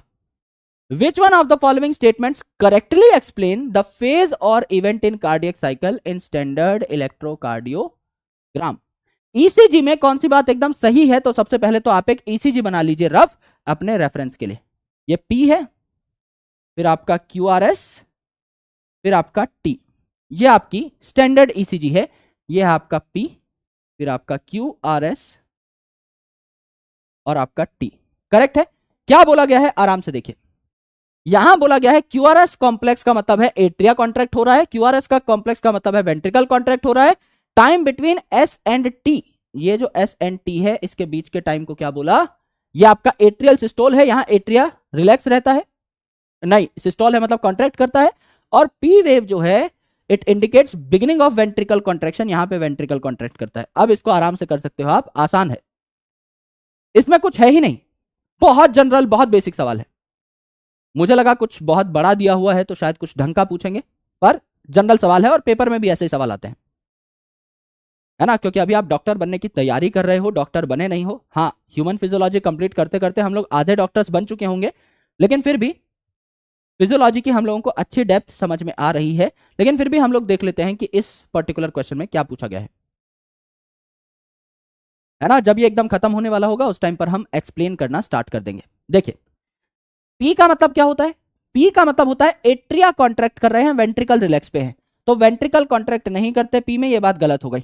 क्यूआरएस का मतलब वेंट्रिकल कॉन्ट्रैक्ट कर रहे हैं, एट्रिया रिलैक्स पे है, तो क्यूआरएस का मतलब है वेंट्रिकल कॉन्ट्रैक्ट कर रहे हैं, एट्रिया रिलैक्स पे है, एट्रिया कॉन्ट्रैक्ट नहीं कर रहे। और एस और टी के बीच में भैया आपका एट्रिया जो है ये आपका जितना कॉन्ट्रैक्ट होना था पी पे हो गया, बाकी पूरा ये रेस्ट काटता है, मौज मारता है, तो ये आपका कॉन्ट्रैक्ट नहीं हो रहा फर्दर। तो उत्तर आ जाएगा one a song baby song like नॉर्मैक्स साउंड डिजर मैक्स, भूरा बच्चन आपका आंसर आ जाएगा। 91% लोगों ने सही कर दिया है, कमाल कर दिया है भाई, शानदार, कमाल ही कर डाला है। अब सेम चीज यहां पर बता दीजिए, आपको A B C D E बता दिया है, और ये ए मतलब नेक्स्ट आपकी कार्डियक साइकिल शुरू हो चुकी है, नेक्स्ट आपकी बीट स्टार्ट हो चुकी है, तो PQRS भी आप इसको लिख सकते हो। तो आपको पूछा है कि ABCD का मतलब PQRS में क्या है और इसमें कौन सा इवेंट होता है, इनमें से करेक्ट ऑप्शन यानी सही बात पता लगानी है। इन चारों में से एक ही बात सही है, फटाफट मार्क कर दीजिए और मैं इसको एक्सप्लेन करना स्टार्ट करूंगा आफ्टर अ फ्यू सेकेंड्स। आप आराम से इसको सॉल्व कर लीजिए। सर पहले वाला क्वेश्चन नेट की वजह से टाइम आउट हो गया, कोई दिक्कत नहीं दोस्त, आराम से सॉल्व करिए, कोई दिक्कत कोई परेशानी है ही नहीं। आपको अगर क्वेश्चन आता है then that is the best part, तो टेंशन लेने की जरूरत नहीं। आप चाहे कॉपी पे सॉल्व करें, चाहे चैट में सॉल्व करें, कहीं भी सॉल्व करें, वो हो जाना चाहिए, राइट। चलिए, आधा टाइम निकल चुका है, एक्सप्लेन करना स्टार्ट करते हैं। ए का मतलब है पी, अगर इसके नीचे लिख ले तो कोई गलती नहीं है, P Q R S T, ठीक है। तो ए का मतलब है पी और इसका मतलब है end of atrial systole. Atrial systole होता है यहां पर भाई, एट्रिया कॉन्ट्रैक्ट करता है। ए का मतलब ए मतलब एक ही बात हो रही है, इसको पीपी इंटरवल कहते हैं भाई। पी और पी के बीच में कैसा इंटरवल, पीपी तो एक ही है ना। 72 हार्ट बीट्स भाई, एक ही बार थोड़ी धड़क जाएगा सब कुछ, टाइम ले लेके धड़केगा। बीसीडी मतलब QRS complex, repolarisation of ventricles. नहीं भैया, रीपोलराइजेशन थोड़ी, यहां पर वेंट्रिकल कॉन्ट्रैक्ट करते हैं, डीपोलराइजेशन। और ई का मतलब है T wave, end of ventricular systole. Ventricular systole यहां कॉन्ट्रैक्ट किए थे, वो एंड हो गए, यानी कि मस्त आपका वेंट्रिकल जो है डायस्टोल में चला गया। एंड ऑफ वेंट्रिकुलर सिस्टोल मतलब आप कह सकते हो वेंट्रिकुलर डायस्टोल, यानी वेंट्रिकल अब रेस्ट पे चला गया है। एकदम सही बात तो है, एकदम सही बात है। तो उत्तर क्या हो जाना चाहिए? वेंट्रिकल डायस्टोल में आपका चला गया है सिस्टम, तो आंसर हो जाना चाहिए 4। आहा, क्या बात है, सुनहरे नजारे। एक और बार देखिए, टेंशन नहीं है, जब हम गलती करेंगे तभी हम चीजों को सीखेंगे, और कोई गिले शिकवे की बात नहीं है इसमें, बल्कि अच्छी अपॉर्चुनिटी है कि कई बच्चों का गलत हुआ है, तो लेट्स जस्ट री अंडरस्टैंड द कॉन्सेप्ट्स। ए का मतलब पी वेव है, ए का मतलब पी वेव है, एकदम सही बात है सर, यहां तक तो बात ठीक है। End of atrial systole, by atria जो है यहां पर कॉन्ट्रैक्ट करते हैं, यहां पर रिलैक्स होते हैं, तो एंड ऑफ एट्रियल सिस्टोल यहां पर आया ना, यहां पर एट्रिया डायस्टोल में गया है, तो यह बात गलत हो गई। यहां पर एट्रियल सिस्टोल खत्म होता है, यहां पर नहीं, तो पहली बात गलत। दूसरा ए भाई, ए टू ए ये तो अकेला ही है ना, ए टू बी बोलते, ए टू सी बोलते, ए क्या होता है ना। तो पीपी इंटरवल या आपका 72 हार्ट बीट्स, कोई लेना देना नहीं है, जबरदस्ती का बनाया हुआ ऑप्शन है। बीसीडी मतलब क्यूआरएस कॉम्प्लेक्स, क्यूआरएस कॉम्प्लेक्स मतलब वेंट्रिकल यहां पर कॉन्ट्रैक्ट कर रहे हैं, यानी डीपोलराइजेशन ना कि रीपोलराइजेशन, तो गलत हो गया। और टी वेव का मतलब यहां पर वेंट्रिकल कॉन्ट्रैक्ट किए थे, तो यहां पर आकर रिलैक्स कर जाएंगे, तो ई में आकर के वेंट्रिकल रिलैक्स कर जाएंगे, एंड ऑफ सिस्टोल हो जाएगा, रिलैक्स कर जाएंगे, डायस्टोल आ जाएगा, बात खत्म। सही बात है, यहां तक क्लैरिटी है? यस और नो? यहां तक क्लैरिटी है? नहीं मेरे भाई, झटपट बता डालिए, फटफट बता डालिए। यहां तक आप सभी को सारी की सारी बातें समझ में आनी चाहिए बहुत ही बेहतरीन तरीके से। यस, क्या हम आगे बढ़ सकते हैं? सर एक साइकिल का है, दूसरा दूसरी साइकिल का, करेक्ट है भाई। PQRST, फिर उसके बाद दोबारा से स्टार्ट होगा ना, PQRST दूसरी बार हार्ट धड़केगा, फिर PQRST तीसरी बार हाथ धड़केगा, फिर उसके बाद PQRST चौथी बार हार्ट धड़केगा, तो अल्टीमेटली बहुत सारे आपको PQRST देखने को मिलेंगे। यहां पर जितनी बार दिल धड़केगा उतनी बार PQRST आपको देखने को मिलेगा, तो 1 मिनट में 72 टाइम्स आपको ये सारी चीजें देखने को मिलेंगी। ठीक है, अब देखिए regulation of cardiac activity. Cardiac activity का रेगुलेशन कैसे होता है, कैसे आप हार्ट बीट को बढ़ा सकते हैं, कम कर सकते हैं, इसका रेगुलेशन कैसे होगा ये समझेंगे। ये चित्र कहीं पर सुनेला लगता है, ये चित्र कहीं पर सुनेला लगता है मेरे भाई? सर कुछ समझ में तो आ रहा है। Breathing and exchange of gases के लास्ट लेक्चर में भी कुछ ऐसा ही बनाया था, यहां पर भी कुछ ऐसा ही बना रहे हो। ये आपका पोन्स था ऊपर, ये क्या था आपका? पोन्स। पॉन्स क्रीम नहीं है मेरे भाई, ब्रेन का पोन्स इलाका है, और ये आपका मेड्यूला नाम का इलाका है, और नीचे क्या हो जाएगी? आपकी स्पाइनल कॉर्ड हो जाएगी। आपको पता है कि ब्रीदिंग कैसे रेगुलेट कर रहे थे हम लोग? ब्रीदिंग कैसे रेगुलेट कर रहे थे मेरे भाई? आपका पोन्स जो था इसको कहा था न्यूमेटैक्सिक सेंटर, आपका मेड्यूला, एम फॉर मेड्यूला जो था इसको कहा main centre, respiratory rhythm centre, medulla oblongata. तो एम फॉर मेडुला ऑब्लोंगेटा आपका यहां पर भी मेन सेंटर बनाता है, इसको क्या कहा जाता है? Cardiac rhythm centre, respiratory rhythm centre, जो कि आपका बढ़िया तरीके से रेस्पिरेशन को आपका क्या करे? रेगुलेट करे।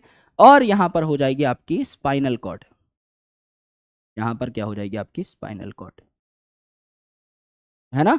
तो इसको क्या बोलेंगे? कार्डियक रेगुलेटरी सेंटर,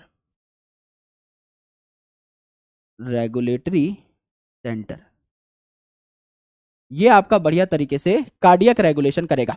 तो हमें पता है कि हमारा हार्ट जो है क्या है? मायोजेनिक है। हमारा हार्ट जो है इसको धड़काने के लिए बार बार सिग्नल क्या ब्रेन से आते हैं? क्या 1 मिनट में 72 टाइम सिग्नल आपके पैदा होने से भी पहले से लेकर के आपकी मृत्यु तक आपका हार्ट धड़कता रहता है? क्या इतने सारे सिग्नल ब्रेन से हमेशा आते रहेंगे? नहीं, हमारा हार्ट तो खुद ब खुद धड़क सकता है, क्योंकि हमारे पास क्या है? साइनो एट्रियल नोड है। तो हमारा हार्ट तो ऑटोनॉमिक हार्ट है, हम तो खुद ब खुद अपने दिल की धड़कन को मेंटेन कर सकते हैं। मायोजेनिक, क्योंकि हमारे पास क्या है मेरे दोस्त? हमारे पास है नोडल टिश्यूज। हमारे पास क्या है? नोडल टिश्यूज है। राइट एट्रियम के अपर राइट साइड पर हमारे पास क्या है? SA नोड है। लोअर लेफ्ट कॉर्नर पर हमारे पास क्या है? AV नोड है। एंड उसके बाद हमारे पास बंडल ऑफ हिस है, उसके बाद लेफ्ट एंड राइट बंडल है, परकंजी फाइबर है, कई सारी चीजें हमारे पास हैं जो कि हमारी हार्ट को खुद ब खुद धड़काती रहती है। तो हमें हर बार नर्वस सिग्नल की जरूरत नहीं है, लेकिन कई बार हार्ट बीट बढ़ाने की जरूरत पड़ती है। जैसे समझ लीजिए आपके पीछे कुत्ता पड़ गया, तो अब आपका हार्ट अचानक से बहुत तेज तेज तेज तेज तेज तेज तेज तेज बीट करने लग जाएगा, क्योंकि आपकी बॉडी में ज्यादा ऑक्सीजन सर्कुलेट होना चाहिए। अब आपका हार्ट बहुत तेजी से धड़कने लग जाता है। भाई रात को एक बार बाहर निकले कमरे से, है ना, और पर्दा ऐसे उड़ने लग गया हवा से, है ना, या कोई बॉटल रखी थी वो अपने आप ही हवा से गिर गई, अचानक से दिल की धड़कन बढ़ जाती है कि भाई ये तो भूत है यहां पर कोई, है ना।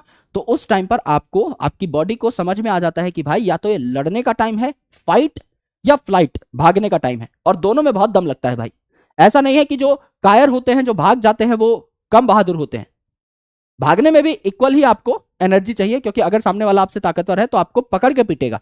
तो या तो आपको बहुत तेज भागना है या आपको लड़ाई करनी है, तो fight and flight response generate हो जाते हैं। तो आपको पता है आपकी बॉडी में 3 प्रकार के नर्वस आपकी सप्लाईज पाई जाती हैं। गोटिया की मदद लेंगे ये समझने के लिए, जो कि हम ऑलरेडी फ्रॉग में समझ भी चुके हैं, लेकिन फिर भी एक और बार दोबारा देखते हैं। गोटिया की बॉडी देखिए, यहां पर सेंटर पे जो आपका नर्वस सिस्टम पाया जाएगा, इस खोपड़ी के अंदर है दिमाग, दैट इज ब्रेन, और इस स्पाइनल कॉर्ड को आपका किसने घेर रखा है? इस वर्टिब्रल कॉलम ने, यानी इस रीढ़ की हड्डी के अंदर है स्पाइनल कॉर्ड। तो खोपड़ी के अंदर ब्रेन और वर्टिब्रल कॉलम के अंदर स्पाइनल कॉर्ड। ब्रेन और स्पाइनल कॉर्ड एकदम बॉडी के सेंटर पे पाया जाता है, तो इसको क्या कहते हैं? Central nervous system. अब ब्रेन से कुछ नर्व्स निकल रही हैं, क्रेनियल नर्व्स, और स्पाइनल कॉर्ड से कुछ नर्व्स निकल रही हैं, स्पाइनल नर्व्स। ब्रेन और स्पाइनल कॉर्ड से निकलने वाली नर्व्स को, जो कि पेरीफेरी में फैल रही हैं, चारों ओर फैल रही हैं, इसे कहा पेरीफेरल नर्वस सिस्टम। और एक पार्ट ऐसा है जिसे कहा ऑटोनॉमिक नर्वस सिस्टम, जो आपकी बॉडी में होने वाले ऑटोमेटिक जो काम है उनको क्या करता है? कई बार रेगुलेट करता है। तो यहां सेंट्रल या पेरीफेरल की हम बात नहीं कर रहे, ऑटोनॉमिक नर्वस सिस्टम की हम लोग बात कर रहे हैं। तो यहां पर रेगुलेटरी सेंटर जो है कहां पाया जाता है? आपका in medulla, in medulla oblongata, correct. Autonomic nervous response जो है ये 2 तरीके का होता है, आपको अच्छे तरीके से पता है।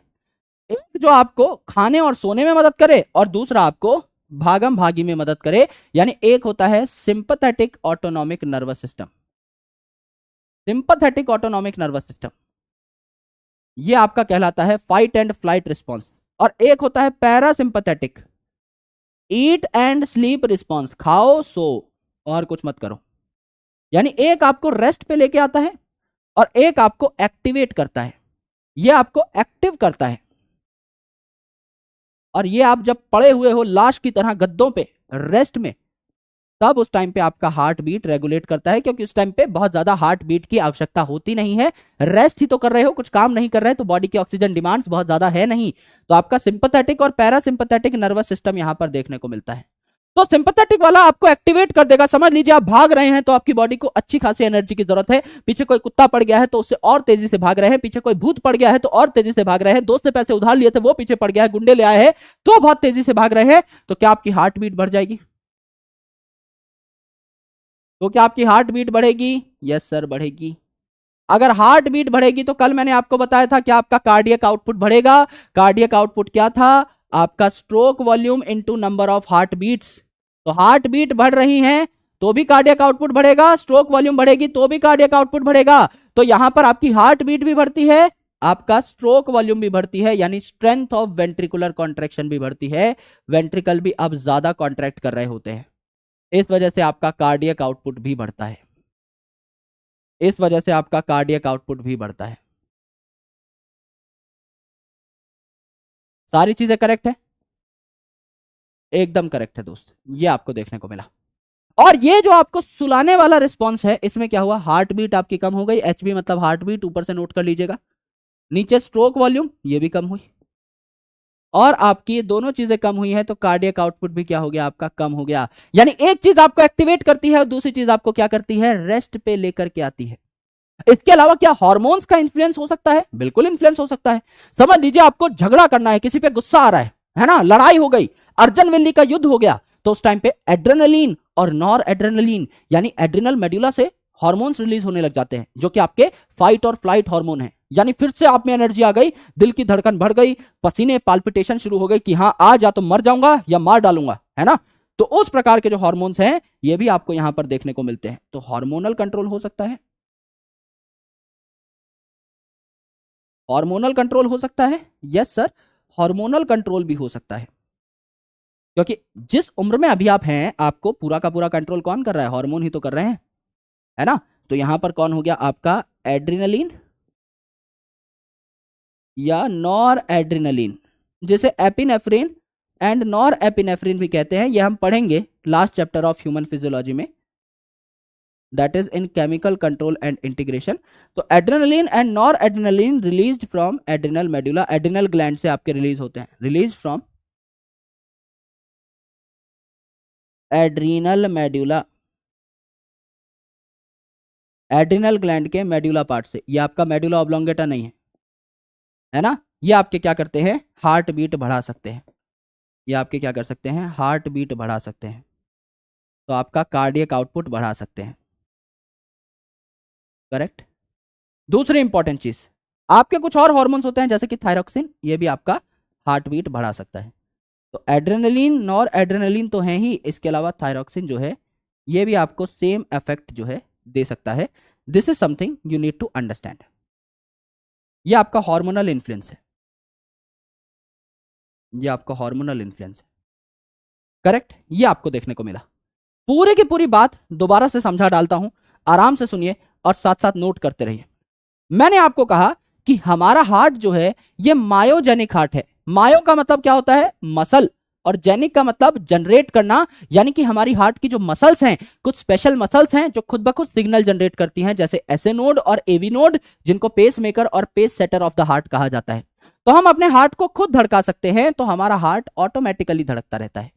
लेकिन कई बार हमारे हार्ट को रेगुलेशन की जरूरत पड़ती है, कई बार हमको हार्ट बीट का रेट बढ़ाने या कम करने की जरूरत पड़ती है, तो उसका सेंटर जो है ये कहां प्रेजेंट है, मेडुला में। तो मेडुला जो है बहुत काम की चीज है, क्योंकि पहले आपका एक चैप्टर हुआ करता था जो अब डिलीट हो चुका है, उसे कहते हैं डाइजेशन एंड एब्जॉर्प्शन। तो डाइजेशन एंड एब्जॉर्प्शन के एंड में आप पढ़ते थे कि डाइजेशन की रेगुलेशन किसने की, तो मेडुला का उसमें भी बहुत बड़ा हाथ था कि ये वॉमिट सेंटर कहलाता है। जब आपको वॉमिटिंग आती है ना, जब आपको उल्टी आती है, तो वो भी कौन कंट्रोल करता है, मेडुला।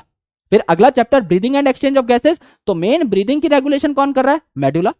और आप जब कार्डियक एक्टिविटी की बात करते हैं तो हार्ट का भी मेन रेगुलेशन कौन कर रहा है, अगर हार्ट को रेगुलेशन की जरूरत है तो वो कौन कर रहा है, मेडुला। तो ये जो है आपका ऑटोनॉमिक नर्वस रिस्पॉन्स देता है ना। ये सिंपैथेटिक ऑटोनॉमिक नर्वस रिस्पॉन्स भी हो सकता है, यानी आपके हार्ट की एक्टिविटी बढ़ सकती है, और पैरासिम्पैथेटिक भी हो सकता है, यानी आपकी हार्ट की एक्टिविटी घट सकती है। और कुछ हार्मोन्स जो हैं वो भी आपके हार्ट की एक्टिविटी बढ़ाते हैं, जैसे एपिनेफ्रिन, नॉर एपिनेफ्रिन, जिसको एड्रेनलिन और नॉर एड्रेनलिन कहा जाता है, और थायरोक्सिन भी आपकी हार्ट की एक्टिविटी बढ़ा सकता है। ये बातें हैं सिंपल, कि हमारा हार्ट खुद ब खुद धड़कता है, तो ऑटोनॉमिक नर्वस सप्लाई ही इसको रेगुलेट कर सकती है। अगर हार्ट की एक्टिविटी बढ़ानी है तो फाइट एंड फ्लाइट रिस्पॉन्स, अगर सो रहे हो मस्त आराम से खा पीकर घोड़े बेचकर सो रहे हो तो स्लीप एंड ईट रिस्पॉन्स आपका जग जाएगा, पैरासिम्पैथेटिक जग जाएगा। That is simple. पोन्स का कोई रोल नहीं है इसमें, पोन्स हैज नो रोल। ये तो मैंने आपको याद दिलाने के लिए बताया था कि हाँ भाई ऐसी कोई चीज देखी है पोन्स और मेडुला जैसी, तो आपने कहा हाँ सर ब्रीदिंग में देखी है। उसी के मेडुला में रेगुलेटरी सेंटर होता है फॉर कार्डियक एक्टिविटी। पोन्स का इसमें कोई रोल नहीं है, नो रोल ऑफ पोन्स। यहां तक बात समझ में आई, क्लियर है? तो एक बार फटाफट चैट सेक्शन को भर डालिए, और अगर ये लिख लिया है सारा का सारा सामान तो एक बार डन डना डन डन लिख दीजिए इन द चैट सेक्शन। और उसके बाद हम लोग एनसीईआरटी पढ़ते हैं और कुछ क्वेश्चन सॉल्व करते हैं महाराज भूरा बच्चन जी का नाम लेकर के। What are motor and sensory neurons, इनके बारे में डिस्कशन करेंगे जब हम नर्व इंपल्स की बात करेंगे, जब हम सेंसरी ऑर्गन्स की बात करेंगे उस टाइम पे इनके बारे में डिस्कशन होगी। अगले से अगला चैप्टर है न्यूरल कंट्रोल एंड कोऑर्डिनेशन, उसमें चर्चा होगी। यहां पर इस चीज का कोई रेलेवेंस नहीं है, तो आप टेंशन मत लिया करो। जो भी आप डाउट्स पूछते हो ना वो मेजरली अगले चैप्टर्स में आने वाला होता है, तो टेंशन लेने की जरूरत नहीं है, राइट। चलिए देखते हैं एनसीईआरटी में क्या लिखा है। इतना ही है आपका रेगुलेशन। देखो, normal activity of heart are regulated intrinsically. Intrinsically मतलब अंदर ही अंदर हार्ट खुद ही खुद रेगुलेशन कर लेता है, यानी हार्ट हमारा क्या है, ऑटो रेगुलेटेड है ना। ऐसा नहीं है ऑटो वाले भैया रेगुलेट करते हैं, ऑटो रेगुलेटेड मतलब खुद से रेगुलेट हो जाता है। नोडल टिश्यू होते हैं हमारे पास, जैसे एस ए नोड, नोड से शब्द आया नोडल, एवी नोड तो नोड से शब्द आया नोडल। तो हार्ट को मायोजेनिक कहा जाता है। ये मसल्स खुद ही खुद क्या करती हैं, खुद को कॉन्ट्रैक्ट करने के सिग्नल जनरेट करती हैं। एक स्पेशल नर्वस सेंटर जो है मेडुला ऑब्लोंगेटा में पाया जाता है, जो कि मॉडरेट कर सकता है हार्ट की एक्टिविटी को। इसे एएनएस यानी ऑटोनॉमिक नर्वस सिस्टम कहा जाता है। अगर ये सिंपैथेटिक ऑटोनॉमिक नर्वस सिस्टम है तो मेरे भाई हार्ट रेट को बढ़ा देगा, कार्डियक आउटपुट को बढ़ा देगा, स्ट्रोक वॉल्यूम को बढ़ा देगा। और पैरासिम्पैथेटिक है, सोने और खाने वाले सिग्नल हैं, तो हार्ट बीट को कम कर देगा, कार्डियक आउटपुट को कम कर देगा, स्ट्रोक वॉल्यूम को कम कर देगा। ये सारी बातें हो जाएंगी। एड्रिनल मेडुला के जो हार्मोन्स हैं, जैसे एड्रेनलिन और नॉर एड्रेनलिन, और उसके अलावा थायराइड का जो हार्मोन है थायरोक्सिन, ये भी आपका इंक्रीज कर सकता है कार्डियक आउटपुट को। तो हार्मोन वाली बात भी हो गई, सिंपैथेटिक भी हो गई और पैरासिम्पैथेटिक भी हो गई। इसके अलावा कुछ है ही नहीं, हमने तो काफी अच्छे से पढ़ लिया। ये तो एकदम ही टुच्ची पुच्ची इंफॉर्मेशन थी। इसके हम लोग क्वेश्चंस कर डालते हैं। राइट इसके हम लोग क्वेश्चन कर डालते हैं मेरे भाई। आराम से देखिए, पहला क्वेश्चन आपकी स्क्रीन के ऊपर ये रहा, a special neural centre that regulates cardiac function through ANS. Autonomic nervous system से आपके हार्ट की एक्टिविटी को रेगुलेट करने वाला सेंटर ब्रेन के किस पार्ट में पाया जाता है? ये अभी अभी पढ़ा है हमने, एक ही नाम पढ़ा है, वो मार्क कर दीजिए। अपनी नॉलेज पे हमेशा भरोसा रखिएगा दोस्त, हमेशा भरोसा रखिएगा। ऐसा मत करिएगा कभी कि आपको कुछ पढ़ा दिया और आप अलग दिशा में भाग गए कोई नया नाम देख करके, है ना।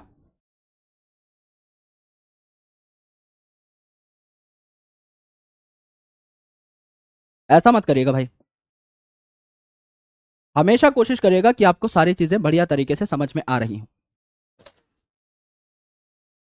करेक्ट। अब हम लोगों ने एक ही नाम पढ़ा है आज तो, है ना, टाइम खत्म होने वाला है। मेडुला ऑब्लोंगेटा, पोन्स का कोई लेना देना है ही नहीं आपका। Breathing and exchange of gases में हमने देखा था कि पोन्स को न्यूमेटॉक्सिक सेंटर कहा जाता है, जो मेडुला को नेगेटिव सिग्नल देता है कि हाँ भैया ब्रीदिंग की ड्यूरेशन को थोड़ा कम कर दो, जल्दी जल्दी सांस लो, जल्दी जल्दी सांस छोड़ो। यहां पर इसका कोई रोल नहीं है। सिर्फ मेडुला जो है ये आपका सिंपैथेटिक या पैरासिम्पैथेटिक सिग्नल्स भेजता है। हाइपोथैलेमस और एड्रिनल की हमने कोई बात नहीं की, है ना। हम ब्रेन की बात कर रहे हैं, एड्रिनल की बात ब्रेन में नहीं हुई, एड्रिनल मेडुला की बात हुई है हार्मोन्स में। तो यहां पर उत्तर क्या आ जाएगा? सिर्फ और सिर्फ आपका एक ही 91% लोगों ने बता दिया, दैट इज मेडुला। क्या बात है दोस्त।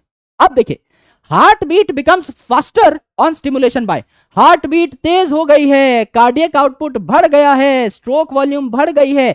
किन किन एक्शंस की वजह से? हार्मोन वाला भी देख सकते हो और नॉर्मल भी देख सकते हो। हाँ, हार्मोन का भी नाम दिया है तो दोनों देख सकते हो। फटाफट बता डालो कि अगर हार्ट की एक्टिविटी तेज हुई है तो आपका स्लीप एंड ईट रिस्पॉन्स से होगी या फाइट एंड फ्लाइट रिस्पॉन्स से होगी। आप समझदार हैं, आप आराम से डिस्कशन कर सकते हैं। Happy birthday sir, thank you दोस्त, लॉट्स ऑफ लव। गिफ्ट मेरे घर भिजवा देना, है ना। और घर का एड्रेस ना पता हो तो मैं मोबाइल नंबर दे दूंगा, उस पर मुझे पेटीएम कर देना, ठीक है। केक वेक मैं बहुत ज्यादा काटता नहीं हूं भाई, है ना। तो मेरे को चाहिए पैसा, मेरे को पैसा दे देना। केक की जगह मैं कुछ और खा लूंगा किसी दिन मेरा मन होगा तो। अब आपने बर्थडे बोल ही दिया है तो कुछ अच्छा सा मेरे को आप गिफ्ट दे देना। हार्ट बीट बिकम्स फास्टर, तो पैरासिम्पैथेटिक काट दो सबसे पहले। तो ये तो आपके स्लीप एंड ईट रिस्पॉन्सेज है। सिंपैथेटिक होगा, एड्रेनलिन और नॉर एड्रेनलिन हार्ट बीट को बढ़ाते हैं, पैरासिम्पैथेटिक नहीं बढ़ाता। सिंपैथेटिक और पैरासिम्पैथेटिक दोनों एक जैसे काम थोड़ी करेंगे, उल्टे काम करते हैं। तो अंतर क्या हो जाएगा? अपना बच्चन हो जाएगा। 89% लोगों ने वोट डाला है, क्या बात है दोस्त, शानदार, शाबाश। आओ भैया, अब अगला सवाल थोड़ा सा घुमाकर पूछ लिया है कि पैरासिम्पैथेटिक न्यूरल सिग्नल क्या कर सकते हैं। सिंपैथेटिक क्या करते हैं और पैरासिम्पैथेटिक क्या करते हैं, ये आपको पता होना चाहिए। तो पैरासिम्पैथेटिक क्या करते हैं ये एक बार मार्क कर दीजिए। अरे सच में बर्थडे नहीं है भाई, आप तो बहुत ज्यादा सीरियस हो गए। और आशिक लोग आजकल बहुत ज्यादा आने लगे हैं, है ना। आशिकों की पूरी टोली उठकर आ चुकी है। पहले लड़कियों का नंबर मांगा जाता था, अब लड़कों का नंबर भी मांगा जा रहा है। मेरे भाई, जिसका तुम नंबर मांग रहे हो वो भी एक लड़का ही है ना। इस बैच में लड़कियां हैं ही नहीं। Arjuna 2.0 is a sole boys batch, आपको शायद पता नहीं है, लेकिन ये बात छुपाई है टीम ने आपसे। आपको लगता है कि एक कोएड बैच है, लेकिन ऐसा नहीं है। इस बैच में हैं ही सिर्फ और सिर्फ शुद्ध लड़के, यहाँ पे एक भी लड़की नहीं है, तो आशिकी करने का कोई फायदा नहीं है। लड़कियों का सेपरेट बैच है, उसको हमने अलग से नाम दिया है। तो हम ट्रैक कर लेते हैं ऐप में कि ये लड़कियां हैं, इनको अलग बैच में भेजा जाएगा, तो वो अलग रहती है। यहाँ पे कोई लड़की है ही नहीं। जिसको तुम रिंकी समझ रहे हो, राकेश है ना, घुमा देगा एक झापड़ में, सिर उल्टा हो जाएगा। तो इससे बढ़िया काम धंधे पे लगो मेरे भाई।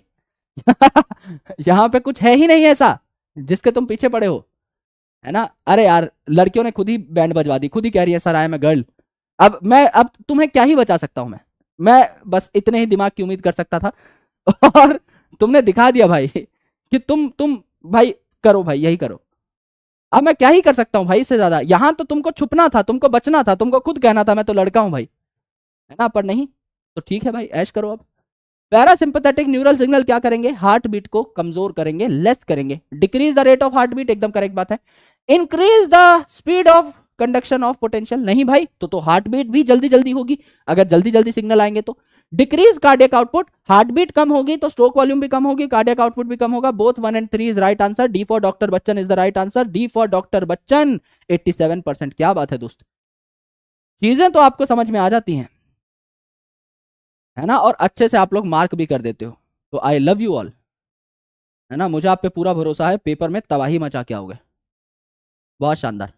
अब हम हमारे इस चैप्टर के लास्ट टॉपिक पर पहुंच चुके हैं, वो है बीमारियों के बारे में जानकारी इकट्ठी करना कि हार्ट से संबंधित अलग अलग बीमारियां कौन सी हैं।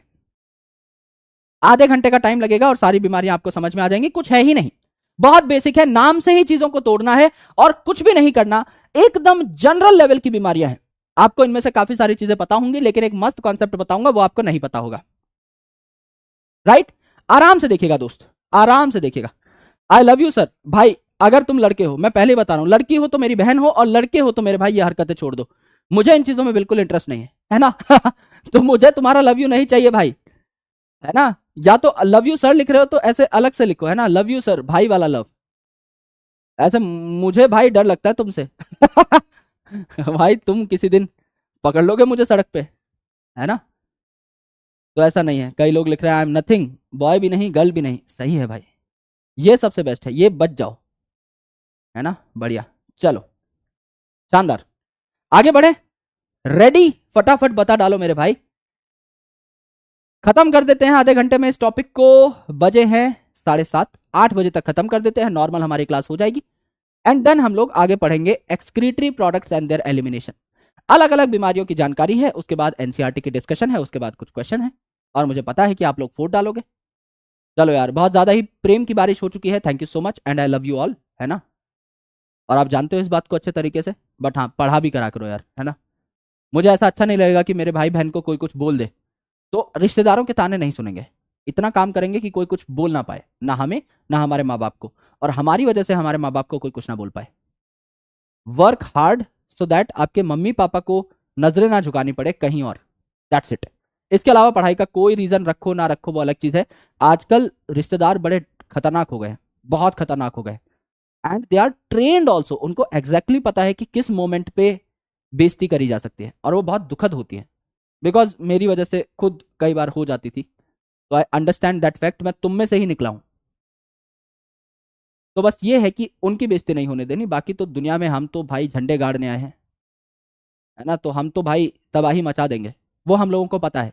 आज नहीं, 2 साल बाद, 3 साल बाद, 5 साल बाद, दैट्स अनदर थिंग। लेकिन आज के दिन में इतना पढ़ लो कि भाई कोई कुछ बोल ना पाए, राइट। चलो भाई, आ जाओ डिस्कशन शुरू करते हैं हाइपर टेंशन की। हाइपर बहुत ज्यादा, टेंशन बहुत ज्यादा टेंशन है। क्यों? क्योंकि बीपी बढ़ गया है। तो हाइपर टेंशन का मतलब ये जो आपकी ब्लड की आपकी वेसल्स हैं, है ना, इनमें टेंशन बढ़ गई है। टेंशन बढ़ गई है मतलब प्रेशर बढ़ गया है। ये आपकी ब्लड वेसल है, ये आपकी ब्लड वेसल है। इस ब्लड वेसल में जब ब्लड फ्लो कर रहा है, जब ब्लड फ्लो कर रहा है, तो ये ब्लड जो है ना, ये मेरे भाई आपका इन वॉल्स के ऊपर प्रेशर लगाता है। जब ये ब्लड बहता है तो इन वॉल्स के ऊपर प्रेशर लगाता है। इसी को क्या कहते हैं? ब्लड प्रेशर कहते हैं। जब ब्लड बहुत तेजी से मूव करता है तो इन वॉल्स के ऊपर प्रेशर लगाता है, धक्का लगाता है, क्योंकि बहुत तेजी है, हड़बड़ी है, और हड़बड़ी में धक्का मुक्की तो होगी। तो ये जो आपकी ब्लड वेसल की वॉल है, इस पे प्रेशर पड़ता है, इसी को हम ब्लड प्रेशर कहते हैं, राइट। तो जब ये ब्लड प्रेशर नॉर्मल वैल्यू से बहुत ज्यादा हो जाए, तब इसे कहते हैं आप हाइपरटेंशन या हाई ब्लड प्रेशर। यानी कि आप कह सकते हैं कि high tension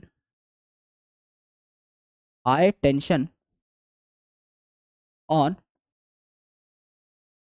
walls of blood vessel. Blood vessel की दीवारों पे टेंशन पड़ रही है, प्रेशर पड़ रहा है, इसे हम हाइपरटेंशन कहते हैं।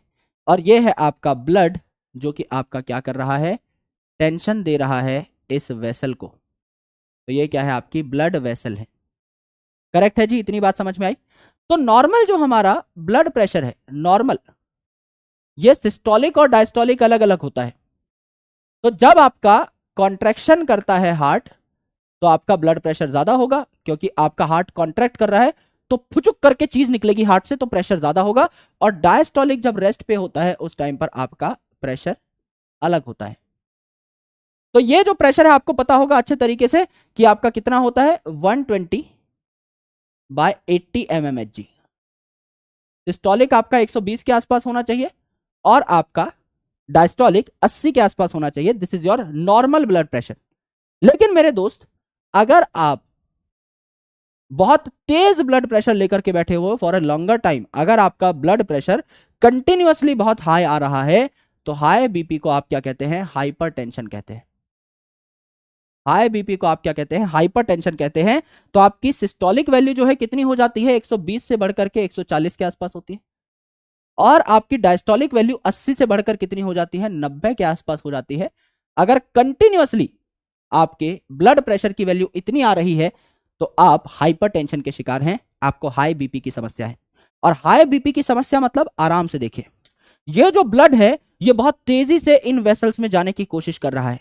ये बहुत तेजी से इन वेसल्स में जाने की कोशिश कर रहा है और आपका इन वेसल्स की वॉल्स को हार्म कर रहा है। तो कई बार एक्सेसिव प्रेशर से, कई बार पानी का प्रेशर बहुत ज्यादा हो जाता है तो नलकी मोटर से अलग हो जाती है। आप क्या करो, आप मोटर में नलकी लगाओ पानी की और बढ़िया तरीके से पानी कूदने दो लो प्रेशर में। जिस पेज से पानी आपका निकल रहा है, बढ़िया उसको खुद ब खुद निकलने दो, मोटर पे कोई प्रेशर नहीं आएगा। आप आगे से उस नलकी को दबा लो। कई बार क्यारियों में दूर तक पानी फेंकने के लिए हम लोग क्या करते हैं, नलकी को आगे से दबा लेते हैं, तो पीछे प्रेशर बढ़ता है। और अगर प्रेशर बढ़ता है उस पाइप में तो मोटर से अलग हो जाती है और कई बार पाइप बीच में से फट भी जाता है। सिमिलरली यहां पर आपका पाइप जो है, आपकी वेसल्स जो है फट जाएंगी। आपके इंटरनल ऑर्गन्स की ब्लड वेसल्स अगर फट जा रही हैं, यानी आपकी बॉडी में हेमरेज हो जाएगा। हेमो का मतलब क्या होता है, ब्लड, रेज, फैल जाना। हेमोरेज, जैसे कि आपने ब्रेन हेमरेज के बारे में सुना होगा कि ब्रेन की जो आपकी वेसल्स है ये फट गई है, तो ब्रेन में इंटरनल ब्लीडिंग स्टार्ट हो गई है, अंदर अंदर खून आना स्टार्ट हो गया है। तो due to this high BP आपकी कई सारी ब्लड वेसल्स वाइटल ऑर्गन्स की फट जाती हैं और उनमें से खून आना स्टार्ट हो जाता है, जैसे कि liver, kidney and your brain. तो आपके कई सारे ऑर्गन्स अफेक्ट हो सकते हैं, राइट? कई सारे ऑर्गन्स अफेक्ट हो सकते हैं हाई बीपी से, है ना? तो इसे रियल लाइफ से हमने रिलेट करके समझा है। हाई बीपी का मतलब क्या है, आपका due to high pressure, due to high pressure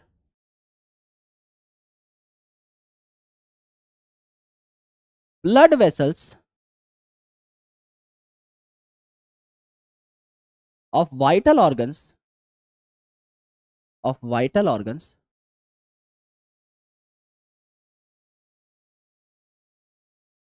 can burst,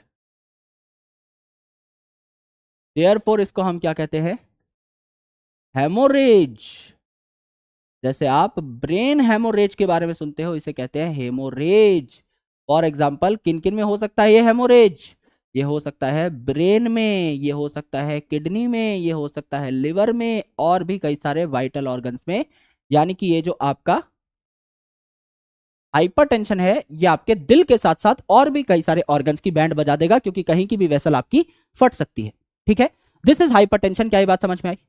normal सी बात है यार, नाम से समझने की कोशिश कीजिए। हाइपरटेंशन, बहुत ज्यादा टेंशन लग रही है आपके ब्लड वेसल्स के ऊपर, बहुत ज्यादा टेंशन लग रही है, तो ये ब्लड वेसल्स बर्स्ट भी कर सकती हैं, फट भी सकती हैं और इस वजह से इंटरनल ब्लीडिंग स्टार्ट हो सकती है, हेमरेज स्टार्ट हो सकता है।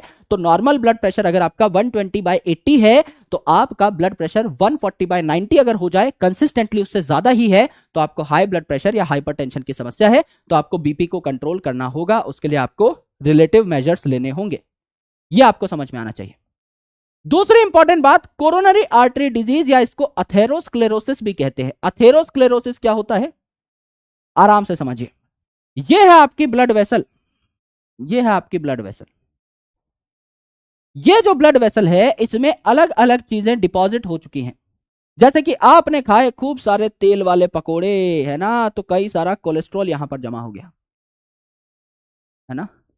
खूब भैया कैल्शियम जो है, सूखा कैल्शियम, वो आकर के यहां पर ब्लड वेसल में इकट्ठा होना स्टार्ट हो गया है ना। सोने पे सुहागा मेरे भाई, फाइबर जो कि आकर के इसको ब्लॉक करना स्टार्ट कर देंगे। तो मेरे भाई अब ये जो आपकी वेसल है, अब ये जो आपकी आर्टरी है, इसमें ब्लॉकेज आ जाएगी ना। अब ये जो आपकी आर्टरी है, इसमें ब्लॉकेज आ जाएगी ना। ये ब्लॉकेज आ गई। क्यों आ गई है ब्लॉकेज? क्योंकि यहां पर कई सारे आपके अलग अलग जुगाड़ जमा हो गए, जैसे कि आपका cholesterol, calcium and your fibres, ये आपके जमा होने शुरू हो गए। तो आपका ये जो आर्टरी है ये ब्लॉक हो गया। अगर ये आर्टरी ब्लॉक हो गया तो क्या आपका आगे बहुत तगड़े तरीके से ब्लड जा पाएगा? नहीं सर। सर ये जो आपका ब्लड है आगे बहुत अच्छे तरीके से नहीं जा पाएगा, रास्ते में ब्लॉकेज हो गई है। जैसे कि आपकी सीवर पाइप कई बार ब्लॉक हो जाती है ना, तो उसको ठीक करने के लिए आते हैं, उस पाइप में डंडा घुसेड़ करके उसको सही किया जाता है, जिससे वो पाइप जो है ठीक तरीके से साफ हो जाए और उससे बढ़िया तरीके से चीजें ट्रांसपोर्ट होने लग जाए, है ना। खेतों में जो पाइप लगाते हैं वो कई बार ब्लॉक हो जाते हैं, अंदर मिट्टी जमा हो जाती है, तो एक डंडे पे कपड़ा बांध के उस पाइप में घुसाया जाता है, उसकी मिट्टी को तोड़ा जाता है, जो मिट्टी जमा हो जाती है उसको तोड़ा जाता है, जिससे कि वो पाइप बढ़िया तरीके से वाटर को ट्रांसपोर्ट कर पाए। तो हमको इस ब्लॉकेज को काटना होगा। अदरवाइज क्या होगा, यहां पर हार्ट है, हार्ट तक आपका ब्लड ठीक तरीके से पहुंच ही नहीं पा रहा है, और हार्ट जो है उसमें खुद ही ऑक्सीजन की कमी होने लग गई, खुद ही दिक्कत होने लग गई। इसको क्या कहते हैं? कोरोनरी आर्टरी डिजीज या अथेरोस्क्लेरोसिस कहते हैं, जिसमें क्या हो गई, हार्ट में ब्लॉकेज हो गई, आपकी हार्ट की तरफ जो ब्लड वेसल्स जा रही थी बेसिकली उनमें ब्लॉकेज हो गई। राइट, ये आपको देखने को मिला। अगली चीज देखिए, है ना, एक दो बातें और हैं वो आगे बताएंगे। अगली चीज है एंजाइना पेक्टोरिस। एंजाइना क्या है ना, अनजाना अनजानी की बात नहीं हो रही है, एंजाइना की बात हो रही है। इसका मतलब है अक्यूट चेस्ट पेन। कई बार क्या होता है कि रात में सो रहे हैं, छाती में दर्द उठता है, मीठा मीठा दर्द उठता है, और उसके बाद अचानक से वो दर्द बढ़ जाता है और हमें सीधा सीधा अपने अंतिम क्षणों की याद आ जाती है। हम कहते हैं कि हे भगवान, कुछ गलती अगर हमसे हो गई है तो हमको माफ कर देना, और मम्मी पापा का प्लीज ख्याल रखना, है ना। अब लगता है कि मैं जिंदा नहीं रह पाऊंगा, क्योंकि छाती में दर्द उठ गया है, एक्यूट चेस्ट पेन यहां पर हो जाती है। तो ये एक्यूट चेस्ट पेन जो है वैसे तो किसी भी एज में हो सकती है, बट ये जो कॉमन है in middle age and elder age, middle and elder age में ये ज्यादा कॉमन है आपकी। मिडल एंड एल्डर एज में मोर कॉमन है। इसको हम लोगों ने क्या कह डाला? एंजाइना पेक्टोरिस कह डाला, है ना। एंजाइना पेक्टोरिस कह डाला। मेन मेन बातें समझ लेते हैं, बाकी बातें और एक्स्ट्रा पढ़ लेंगे। This is your angina pectoris, acute chest pain हो रहा है। क्यों? क्योंकि हार्ट तक आपका ऑक्सीजन ठीक तरीके से नहीं पहुंच पा रहा है। ज्यादातर जो प्रॉब्लम है वो ऑक्सीजन की वजह से ही है ना, कि ब्लड सप्लाई हार्ट में कम हो रही है, ऑक्सीजन हार्ट में कम जा रहा है, दैट इज एंजाइना पेक्टोरिस, यानी छाती में दर्द, नॉर्मल सी बात है, अक्यूट चेस्ट पेन। अब देखिए, इसके बारे में और डिस्कशन करेंगे, है ना, एनसीईआरटी पढ़ के इसके बारे में और चर्चा करेंगे। अभी मेन मेन आपने जो बातें लिख ली वो ठीक है, लिखने का बहुत सारा टाइम आपको मिलेगा, डोंट वरी। अब तीन ऐसी चीजें हैं जो आपको बहुत कंफ्यूजन देती हैं, आराम से देखिए, इनको अगर समझ डाला तो जीवन हो जाएगा झिंगा लाला। आराम से सुनिए मेरे भाई, there are three important things जो अक्सर हम लोग कंफ्यूज होते हैं इनमें। पहला, हार्ट फेलियर, हार्ट फेल हो गया। दूसरा, कार्डियक अरेस्ट। और तीसरा, हार्ट अटैक। हमें लगता है तीनों सेम है। आज तक कितने को लगता है कि तीनों सेम है? या इन दोनों में से आपको लगता हो कि यार हार्ट फेलियर और कार्डियक अरेस्ट सेम है, हार्ट अटैक अलग है, हार्ट फेलियर और हार्ट अटैक सेम है, कार्डियक अरेस्ट अलग है, लेकिन आपको ये तीनों जो है ये तीनों अलग अलग होते हैं, ये आपको अभी तक नहीं पता होगा, और पता होना भी नहीं चाहिए, तभी तो हम लोग किताबों में सीखेंगे। तो इनके नाम से ही चीजों को समझने की कोशिश करिए। नाम से अगर चीजों को समझ डालेंगे बात खत्म हो जाएगी। हार्ट फेलियर, मुझे बताइए हार्ट का काम क्या है? हार्ट का काम क्या है? सर हार्ट का काम है ब्लड को पंप करना, it is the main pumping organ. अगर हार्ट अपने काम में फेल हो जाता है तो हार्ट फेलियर, यानी अगर हार्ट ब्लड को पंप करना बंद कर दे, इन इफेक्टिवली अगर वो ब्लड को पंप कर रहा है तो हार्ट फेलियर। यानी नाम से क्या पता लगा? If heart do not pump the blood, if heart do not pump the blood effectively, तो हम क्या कहेंगे कि अपने काम में फेल हो गया। भाई आपका जो काम है उसी हिसाब से तो आपको नापा जाएगा, राइट। तो हार्ट का काम क्या है? ब्लड पंप करना। ये ब्लड ठीक से पंप नहीं कर रहा, जितनी जरूरत है उससे कम ब्लड पंप कर रहा है, तो क्या क्या बोलेंगे? हार्ट फेल हो गया। यस सर, फेल हो गया। दूसरी इंपॉर्टेंट चीज, कार्डियक अरेस्ट। अभी अभी मैंने आपको बताया था, कार्डियक अरेस्ट, ईसीजी एकदम सीधी लाइन में कन्वर्ट हो जाता है, पिप पिप पिप पिप पी, खेल खत्म। कार्डियक अरेस्ट, जैसा जकड़ा हुआ हार्ट था वैसा का वैसा ही रह गया। अरेस्ट यानी हथकड़ी लगा दी, अब अपने आप को खुलवा नहीं पा रहा है। यानी जब हार्ट बीट करना स्टॉप कर दे, ईसीजी एकदम सीधी लाइन में कन्वर्ट हो जाए, कार्डियक अरेस्ट मतलब when heart stops beating, when heart stops beating, जब दिल धड़कना बंद कर दे तो इसका मतलब वो अरेस्ट हो गया। नाम से ही समझ में आ गया। तीसरी इंपॉर्टेंट चीज, हार्ट अटैक। हार्ट क्या है? हार्ट भैया मसल ही तो है, ये देख लो। हार्ट क्या है? हार्ट आपकी मसल है, ये आपका हार्ट है ना? इस हार्ट को मैं अटैक कर रहा हूं, तो कहां अटैक कर रहा हूं? मसल पे। अगर इस हार्ट की मसल को मैं डैमेज पहुंचा दूं, कुछ ऐसी वेसल है जो इस हार्ट में ब्लड लेकर के आती हैं, उनमें से एक आधी वेसल जो है इस हार्ट तक ब्लड नहीं पहुंचा पा रही है, तो वहां की मसल डैमेज हो गई, उन तक प्रॉपर ऑक्सीजन नहीं पहुंच पा रहा। तो हार्ट अटैक मतलब हार्ट पे मैं अटैक कर रहा हूं, यानी इसकी मसल को डैमेज हो रहा है, नाम से ही पता लग रहा है ना? तो हार्ट अटैक यानी मायोकार्डियल इन्फ्रेक्शन। मायो का मतलब भी क्या होता है? मसल, है ना? तो हार्ट अटैक मतलब अटैक और डैमेज, अटैक और damage on muscles of heart.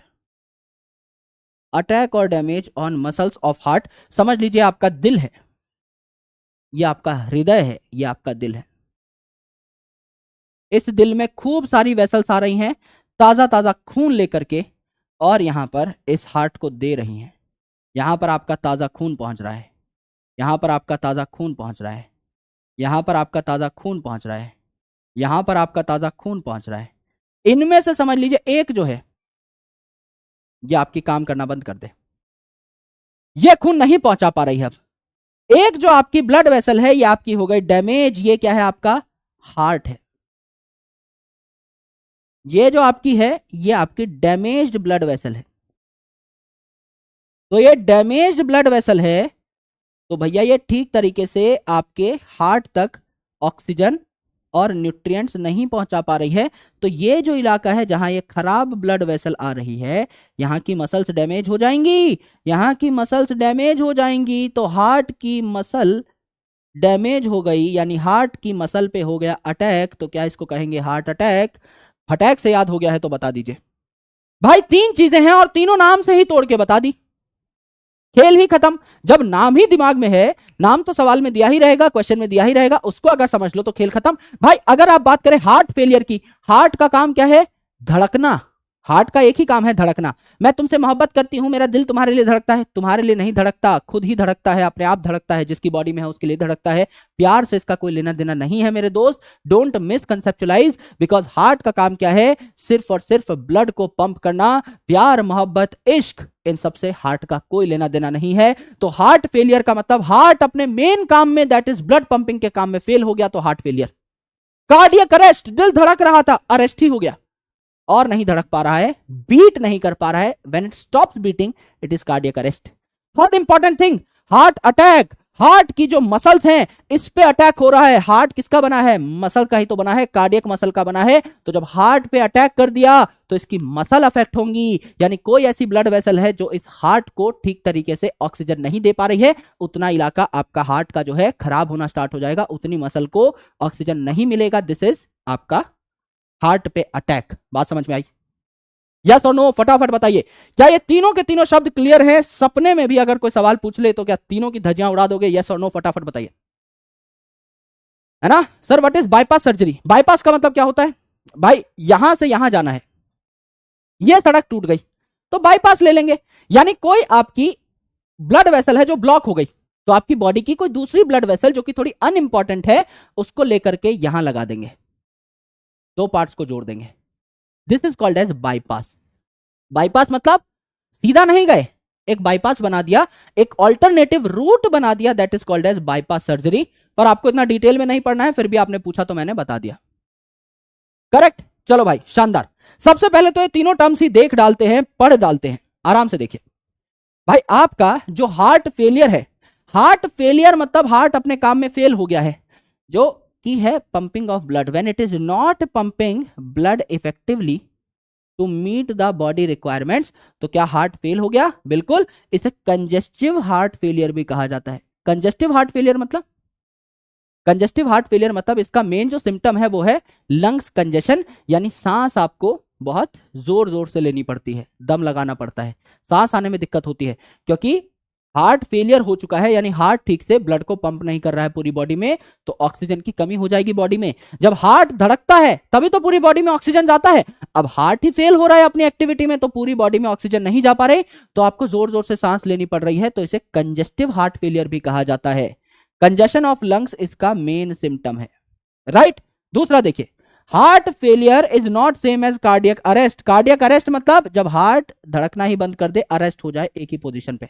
और हार्ट अटैक, जब हार्ट की जो मसल है इस पे हम अटैक कर दें, ये आपकी डैमेज हो जाए बाय इनएडिक्वेट ब्लड सप्लाई, इसमें कोई ऐसी ब्लड वेसल थी जो ब्लड सप्लाई करना बंद कर चुकी है। ये है आपका heart failure, heart attack and your cardiac arrest. तो इसमें हम लोग आखिरी बात लिख लेते हैं, that is your congestive heart failure. Heart failure को क्या कहा जाता है? It is also called congestive heart failure. क्यों? क्योंकि अब आपकी बॉडी जो है इसमें इनफ ऑक्सीजन नहीं जा पा रहा है, क्योंकि हार्ट अपनी एक्टिविटी में फेल हो रहा है, ठीक से पंप नहीं कर रहा, तो आपका इनफ ऑक्सीजन नहीं जा पा रहा है। सिंस मेन सिम्टम क्या है?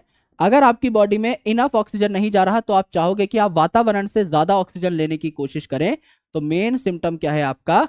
Lungs congestion.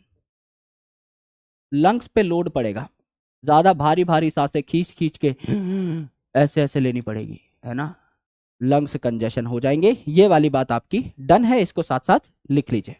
इसे कंजेस्टिव हार्ट फेलियर कहा जाता है, हार्ट फेलियर को, क्योंकि मेन सिम्टम है आपका लंग्स कंजेशन। अब इन तीनों के बारे में चर्चा कर लेते हैं एक एक करके, है ना, और फिर वापस आएंगे और एक एक पॉइंट को देखेंगे। सबसे पहले देखिए हाई ब्लड प्रेशर या हाइपरटेंशन। तो नॉर्मल जो आपका बीपी है ये 120/80 होना चाहिए, सिस्टोलिक डायस्टोलिक। लेकिन अगर ये आपका बढ़ गया है, सिस्टोलिक 120 होना चाहिए, डायस्टोलिक 80 होना चाहिए, अगर ये आपका बढ़ गया है 140-90 से भी ज्यादा हो रखा है, तो इसका मतलब आपको हाइपरटेंशन है। और हाइपरटेंशन है तो दिल में तो समस्या है ही, लेकिन इसके अलावा ब्रेन, किडनी और लिवर की जो वेसल्स हैं ये भी प्रेशर से फट सकती हैं, यानी कि यहां पर भी आपकी गड़बड़ हो सकती है। इसमें हमें कोई भी एक्स्ट्रा पॉइंट नहीं लिखना है, तो ये बात हमारी डन है। मेन आपको ये दो समझने हैं, एंजाइना और सीएडी, कोरोनरी आर्टरी डिजीज। आराम से देखिए, कोरोनरी आर्टरी डिजीज को हम अथेरोस्क्लेरोसिस भी कहते हैं, जो कि हमने हेडिंग में ही लिख डाला था। It affects the blood vessel that supply blood to the heart. एक ऐसी ब्लड वेसल है जो हार्ट में ब्लड लेकर के जाती है, लेकिन इसमें डिपॉजिट कौन कौन हो गया है? Calcium, fat, cholesterol is also fat, तो आप लिख सकते हैं फैट एंड कोलेस्ट्रॉल, या फाइब्रस टिश्यू यानी फाइबर जमा हो चुका है, which make ल्यूमन्स of artery narrower, यानी इसमें भी कुछ नहीं लिखना है, ये भी सारी की सारी बातें आपकी हो चुकी हैं कि एक ब्लड वेसल है जो कि हार्ट की तरफ ब्लड लेकर के जा रही थी, उसके बीच में कैल्शियम, आपका फैट या कोलेस्ट्रॉल कह सकते हो, दोनों चीजें एक ही हैं, cholesterol is a part of fat only, and उसके अलावा अगर आप देखें तो फाइबर जमा हो जाते हैं, जिससे बहुत ज्यादा ब्लड हार्ट तक पहुंच ही नहीं पा रहा, उस ब्लॉकेज को हमें तोड़ना होगा, that is called as coronary artery disease. Angina या एंजाइना पेक्टोरिस इसको कहा जाता है, मतलब इसमें अक्यूट चेस्ट पेन होता है, छाती में दर्द होता है, क्योंकि no enough oxygen is reaching the heart muscle. यानी मेन प्रॉब्लम देखो तो हर जगह ऑक्सीजन की है ना, ऑक्सीजन हार्ट मसल तक नहीं पहुंच पा रहा, तो आदमी और औरत दोनों में ये चेस्ट पेन हो सकता है, और आपका मिडल एज और एल्डरली एज में ये ज्यादा कॉमन है। यानी एक पॉइंट हमें लिखना है यहां पर कि ऑक्सीजन जो है आपका कम पहुंच पा रहा है in heart muscle, in angina pectoris, तो छाती में अचानक से दर्द स्टार्ट होने लग जाता है ना। तो लेस ऑक्सीजन और no oxygen reaching heart muscle, जिससे अचानक से जो मसल्स हैं वो रिएक्ट करती हैं कि हाँ भैया हमको ऑक्सीजन दे दो, ऑक्सीजन दे दो, अचानक से सिकुड़ के बैठ जाती हैं, आपका दिल जो है अचानक से आपका सिकुड़ जाता है और छाती में बहुत तगड़ा दर्द होता है, इसे कहते हैं एंजाइना पेक्टोरिस। दोबारा से सारी की सारी चीजें पढ़ डालते हैं, आराम से देखिए। सबसे पहले हाइपर टेंशन। हाइपर टेंशन मतलब ज्यादा टेंशन, ज्यादा टेंशन मतलब ये वाली टेंशन नहीं, टेंशन मतलब प्रेशर, है ना सर? ये टेंशन भी तो प्रेशर ही है, एकदम सही बात है, लेकिन यहां पर ब्लड के प्रेशर की बात हो रही है। तो आपकी ब्लड वेसल है, उसमें ब्लड प्रेशर क्रिएट कर रहा है। नॉर्मल प्रेशर होता है 120/80 mmHg, सिस्टोलिक एंड डायस्टोलिक। यहां प्रेशर आपका एक्सेसिवली बढ़ जाता है, 140/90 हो जाता है, तो इससे कई बार वेसल्स फट भी सकती हैं और हेमरेज हो सकता है, जैसे ब्रेन हेमरेज, लिवर और किडनी भी अफेक्ट हो सकती हैं। यह है आपका हाइपरटेंशन। कोरोनरी आर्टरी डिजीज मतलब एक ऐसी ब्लड वेसल जो कि हार्ट तक लेकर के जा रही थी आपका ब्लड, ये रास्ते में ही ब्लॉक हो गई। तो हार्ट तक आपका इनसफिशिएंट ब्लड या इनसफिशिएंट ऑक्सीजन पहुंच रहा है, due to what? Due to blockage of artery. इसे कहा जाता है कोरोनरी आर्टरी डिजीज। यहां पर आपका कैल्शियम की डिपोजिशन, फैट की डिपोजिशन, कोलेस्ट्रॉल की डिपोजिशन या फाइबर की डिपोजिशन हो सकती है। तो यहां पर अगर आप फैट लिखना चाहें तो अलग से लिख सकते हैं, that is totally your call. Cholesterol के साथ आप फैट भी लिख सकते हैं, दोनों सेम ही कैटेगरी के हैं, तो कोई फर्क नहीं पड़ता। फिर एंजाइना पेक्टोरिस, यहां पर छाती में अचानक से दर्द हो जाता है, जो कि मेल और फीमेल दोनों में हो सकता है। मिडिल एज से एल्डरली एज तक, यानी लगभग आप मान सकते हैं 30-35 की एज के बाद ये ज्यादा कॉमन होता है, उससे पहले भी हो सकता है लेकिन लेस कॉमन है। और यहां पर कम ऑक्सीजन आपका हार्ट मसल में पहुंच रहा होता है, तो हार्ट आपका एकदम जकड़ जाता है।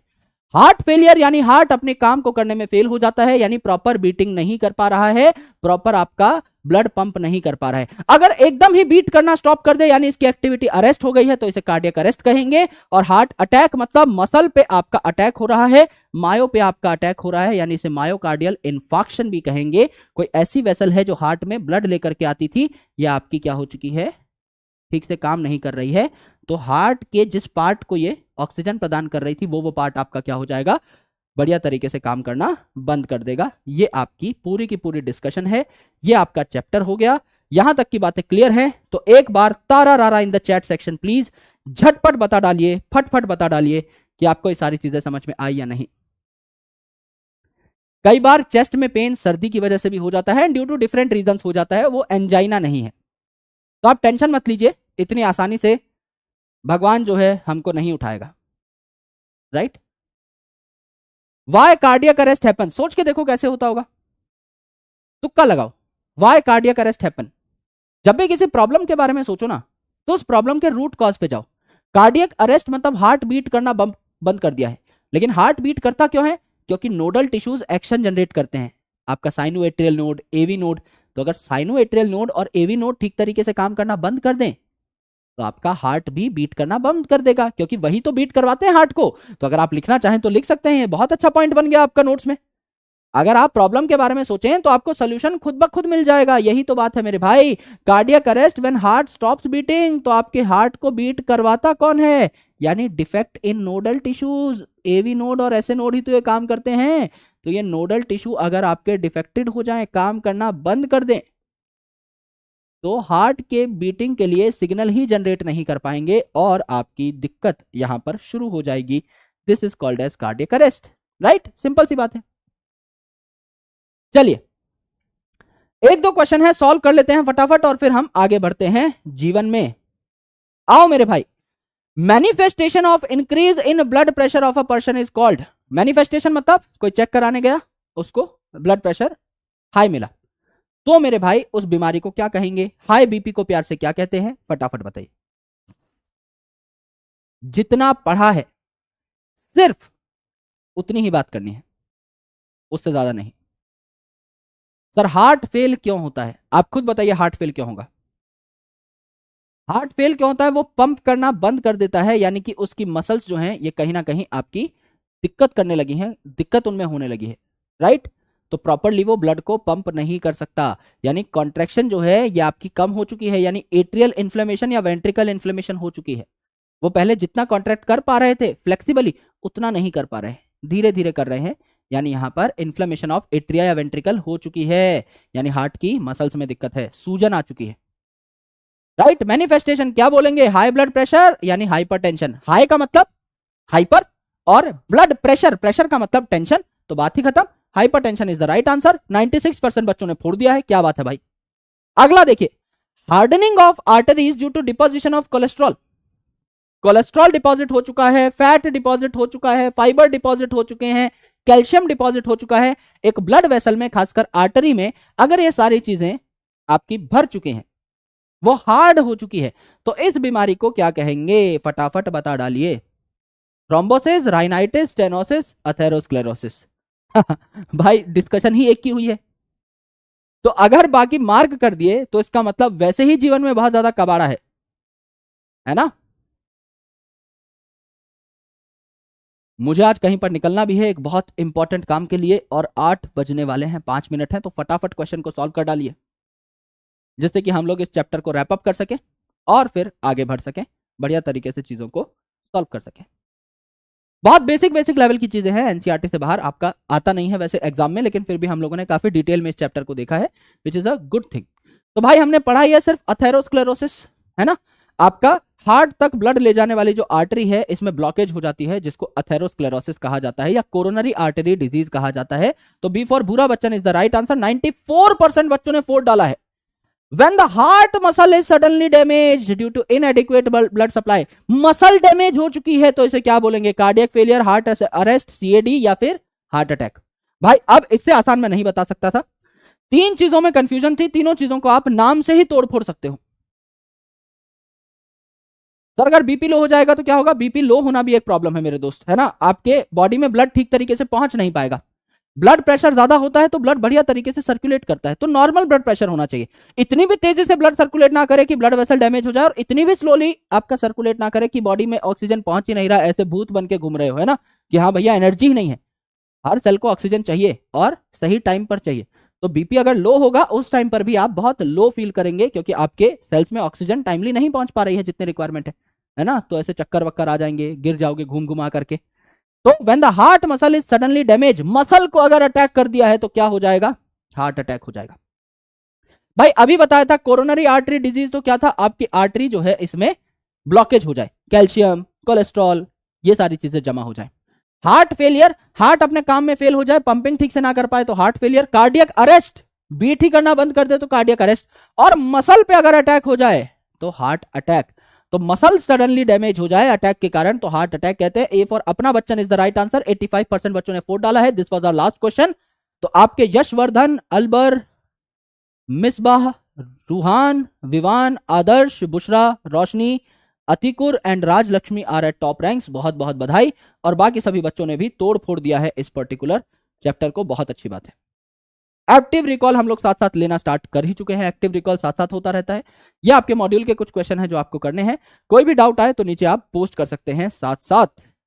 यहां तक बताइए भाई, इस चैप्टर की पुंगी बजा देंगे हम अगर ये चैप्टर पेपर में आता है, जो कि आएगा। तो क्या इस चैप्टर के हर एक टॉपिक को हम लोग तोड़ फोड़ डालेंगे, यस और नो? एक बार चैट सेक्शन को भर डालिए।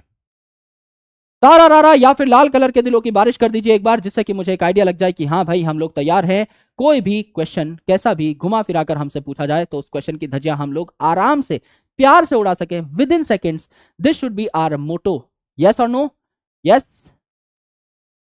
एक्स्ट्रा क्लास की डिस्कशन हम लोग नेक्स्ट वीक करेंगे। एक बार एक्सक्रीशन स्टार्ट कर लेते हैं, क्योंकि इस वीक मेरी बहुत सारी क्लासेस हैं। तो एक्स्ट्रा क्लास की डिस्कशन हम लोग करेंगे, और नेक्स्ट वीक से पॉसिबली जैसा आप बताएंगे फ्राइडे सैटरडे को, तो संडे से हम लोग एक्स्ट्रा क्लास स्टार्ट कर सकते हैं। करेक्ट? All correct? बहुत शानदार। यार मुझे कहीं निकलना है, थोड़ा सा जल्दी में हूं, माफी चाहूंगा। वीडियो कॉल आप लोग करना चाहते हैं ऑब्वियसली, तो वी विल ट्राई कि हम लोग वीडियो कॉल जो है अगले लेक्चर में रखें और आराम से 2-3 वीडियो कॉल्स हम लोग करें। आज अर्जेंटली मुझे कहीं पहुंचना है और पहुंचने का टाइम 8:30 है, और वहां पर पहुंचने में मुझे आराम से 20-25 मिनट का टाइम लग जाएगा। तो मैं अभी निकलता हूं, और आप लोगों का प्यार जो है ऐसे ही बनाए रखिए और रिवीजन करते रहिए, पढ़ाई करते रहिए। कोई भी दिक्कत हो, कोई भी परेशानी हो, कहीं पर भी मैं अवेलेबल हूं, तो वहां पर मुझसे पूछते रहिए। ऑलराइट, चलो भाई। रिवीजन लेक्चर आपका रेस्पिरेशन का, यानी breathing and exchange of gases का, आपको कल मिल जाएगा या परसों मिल जाएगा मैक्स टू मैक्स। मैंने रिकॉर्ड कर दिया है, टीम को मैं अभी दे दूंगा। आज मैं शाम को वही रिकॉर्ड कर रहा था और रिकॉर्ड हो चुका है। हो सकता है मैं आज भी डलवा दूं रात को, या फिर कल संडे को अगर सर नहीं डाल पाएंगे तो मंडे तक आपको पहुंच जाएगा, मिल जाएगा। और इसका रिवीजन लेक्चर मैं 2-3 दिन के अंदर आपको दे दूंगा, सो डोंट वरी। आपको वेडनेसडे थर्सडे तक इसका रिवीजन लेक्चर भी अच्छे तरीके से मिल जाएगा, सारी चीजें उसके अंदर एकदम क्रिस्प तरीके से कवर्ड होंगी। जैसे कि हमारे माइंड मैप लेक्चर्स आपने देखे हैं, बहुत शानदार होते हैं। सेम तरीके से हम लोग आगे बढ़ेंगे। अगले फ्राइडे और सैटरडे को, स्पेसिफिकली सैटरडे को मैं आपसे सवाल पूछ लूंगा कि आपको एक्स्ट्रा लेक्चर्स चाहिए या नहीं। अगर एनिमल किंगडम आप लोग साथ साथ पैरेलली करना चाहोगे तो आपको पैरेलली करा दूंगा और बहुत बढ़िया तरीके से आपको वो सारी चीजें समझ में भी आ जाएंगी, क्योंकि it is a theoretical chapter. Honestly उसमें बहुत ज्यादा कॉन्सेप्ट नहीं है, ये मैं बहुत कम चैप्टर्स के लिए कहता हूं, लेकिन ऑनेस्टली एनिमल किंगडम में बहुत ज्यादा कॉन्सेप्ट है ही नहीं। 40-60 का रेशियो है, 60% आपको रटना ही पड़ेगा, याद करना पड़ेगा। 30-40% स्टार्टिंग के 2 लेक्चर्स में समझने का काम है, वो आपको प्यार से समझ में आ जाएगा। तो अगर आप कहेंगे मैं आपके लिए लेक्चर बना दूंगा रिकॉर्डेड, जिससे साथ साथ हम लोग सिलेबस को खत्म करें। अगर आप बोलेंगे कि 15 दिन में एक एक्स्ट्रा लेक्चर डाल दो, वो भी ठीक है। 2 हफ्ते में एक लेक्चर, जिससे मेरे ऊपर भी प्रेशर ना आए, आपके ऊपर भी प्रेशर ना आए, लेकिन साथ साथ हमारा एनिमल किंगडम खत्म होता रहे। अब 15 दिन में आप 1.5 घंटे का टाइम तो निकाल ही लेंगे, क्योंकि रिकॉर्डेड सेशन है तो I will keep it short. 2 घंटे का नहीं होगा, 1.5 घंटे का होगा। 2x पे देखिए, और आराम से दिन का 10 मिनट भी निकालेंगे तो भी आपका एनिमल किंगडम मुफ्त में खत्म हो जाएगा, चाय पानी पीते पीते। और हमारा कोर जो है वो हम रख पाएंगे मेन लेक्चर्स के ऊपर, समझने वाले लेक्चर्स के ऊपर। बायोमोलिक्यूल्स को ज्यादा टाइम दे पाएंगे, केमिकल कंट्रोल इंटीग्रेशन को ज्यादा टाइम दे पाएंगे, लोकोमोशन मूवमेंट को ज्यादा टाइम दे पाएंगे। ये चीजें बहुत इंपॉर्टेंट है, ये समझने वाली चीजें हैं, इनको लाइव ही कराना पड़ेगा, ये तभी समझ में आएंगी। लेकिन एनिमल किंगडम जो है वो मैं चाहे लाइव कराऊं चाहे रिकॉर्डेड कराऊं, एक जैसी ही समझ में आएंगी। ये मैं लिख के दे रहा हूं, because I am teaching animal kingdom since many years, है ना, बहुत सारे सालों से। तो बच्चों को एक जैसा ही समझ में आता है और रिकॉर्डेड में ज्यादा खुश रहते हैं। ऑलराइट, चलिए बाकी मैं आपका पोल करवा लूंगा सैटरडे को और हम डिस्कशन कर लेंगे। So lots of love, bye bye, take care. मैं भागता हूं दोस्त, थैंक यू सो मच, और मैं मिलता हूं आपसे अगले सेशन में। तब तक के लिए ख्याल रखिए और पढ़ाई करते रहिए। जय हिंद, शुक्रिया।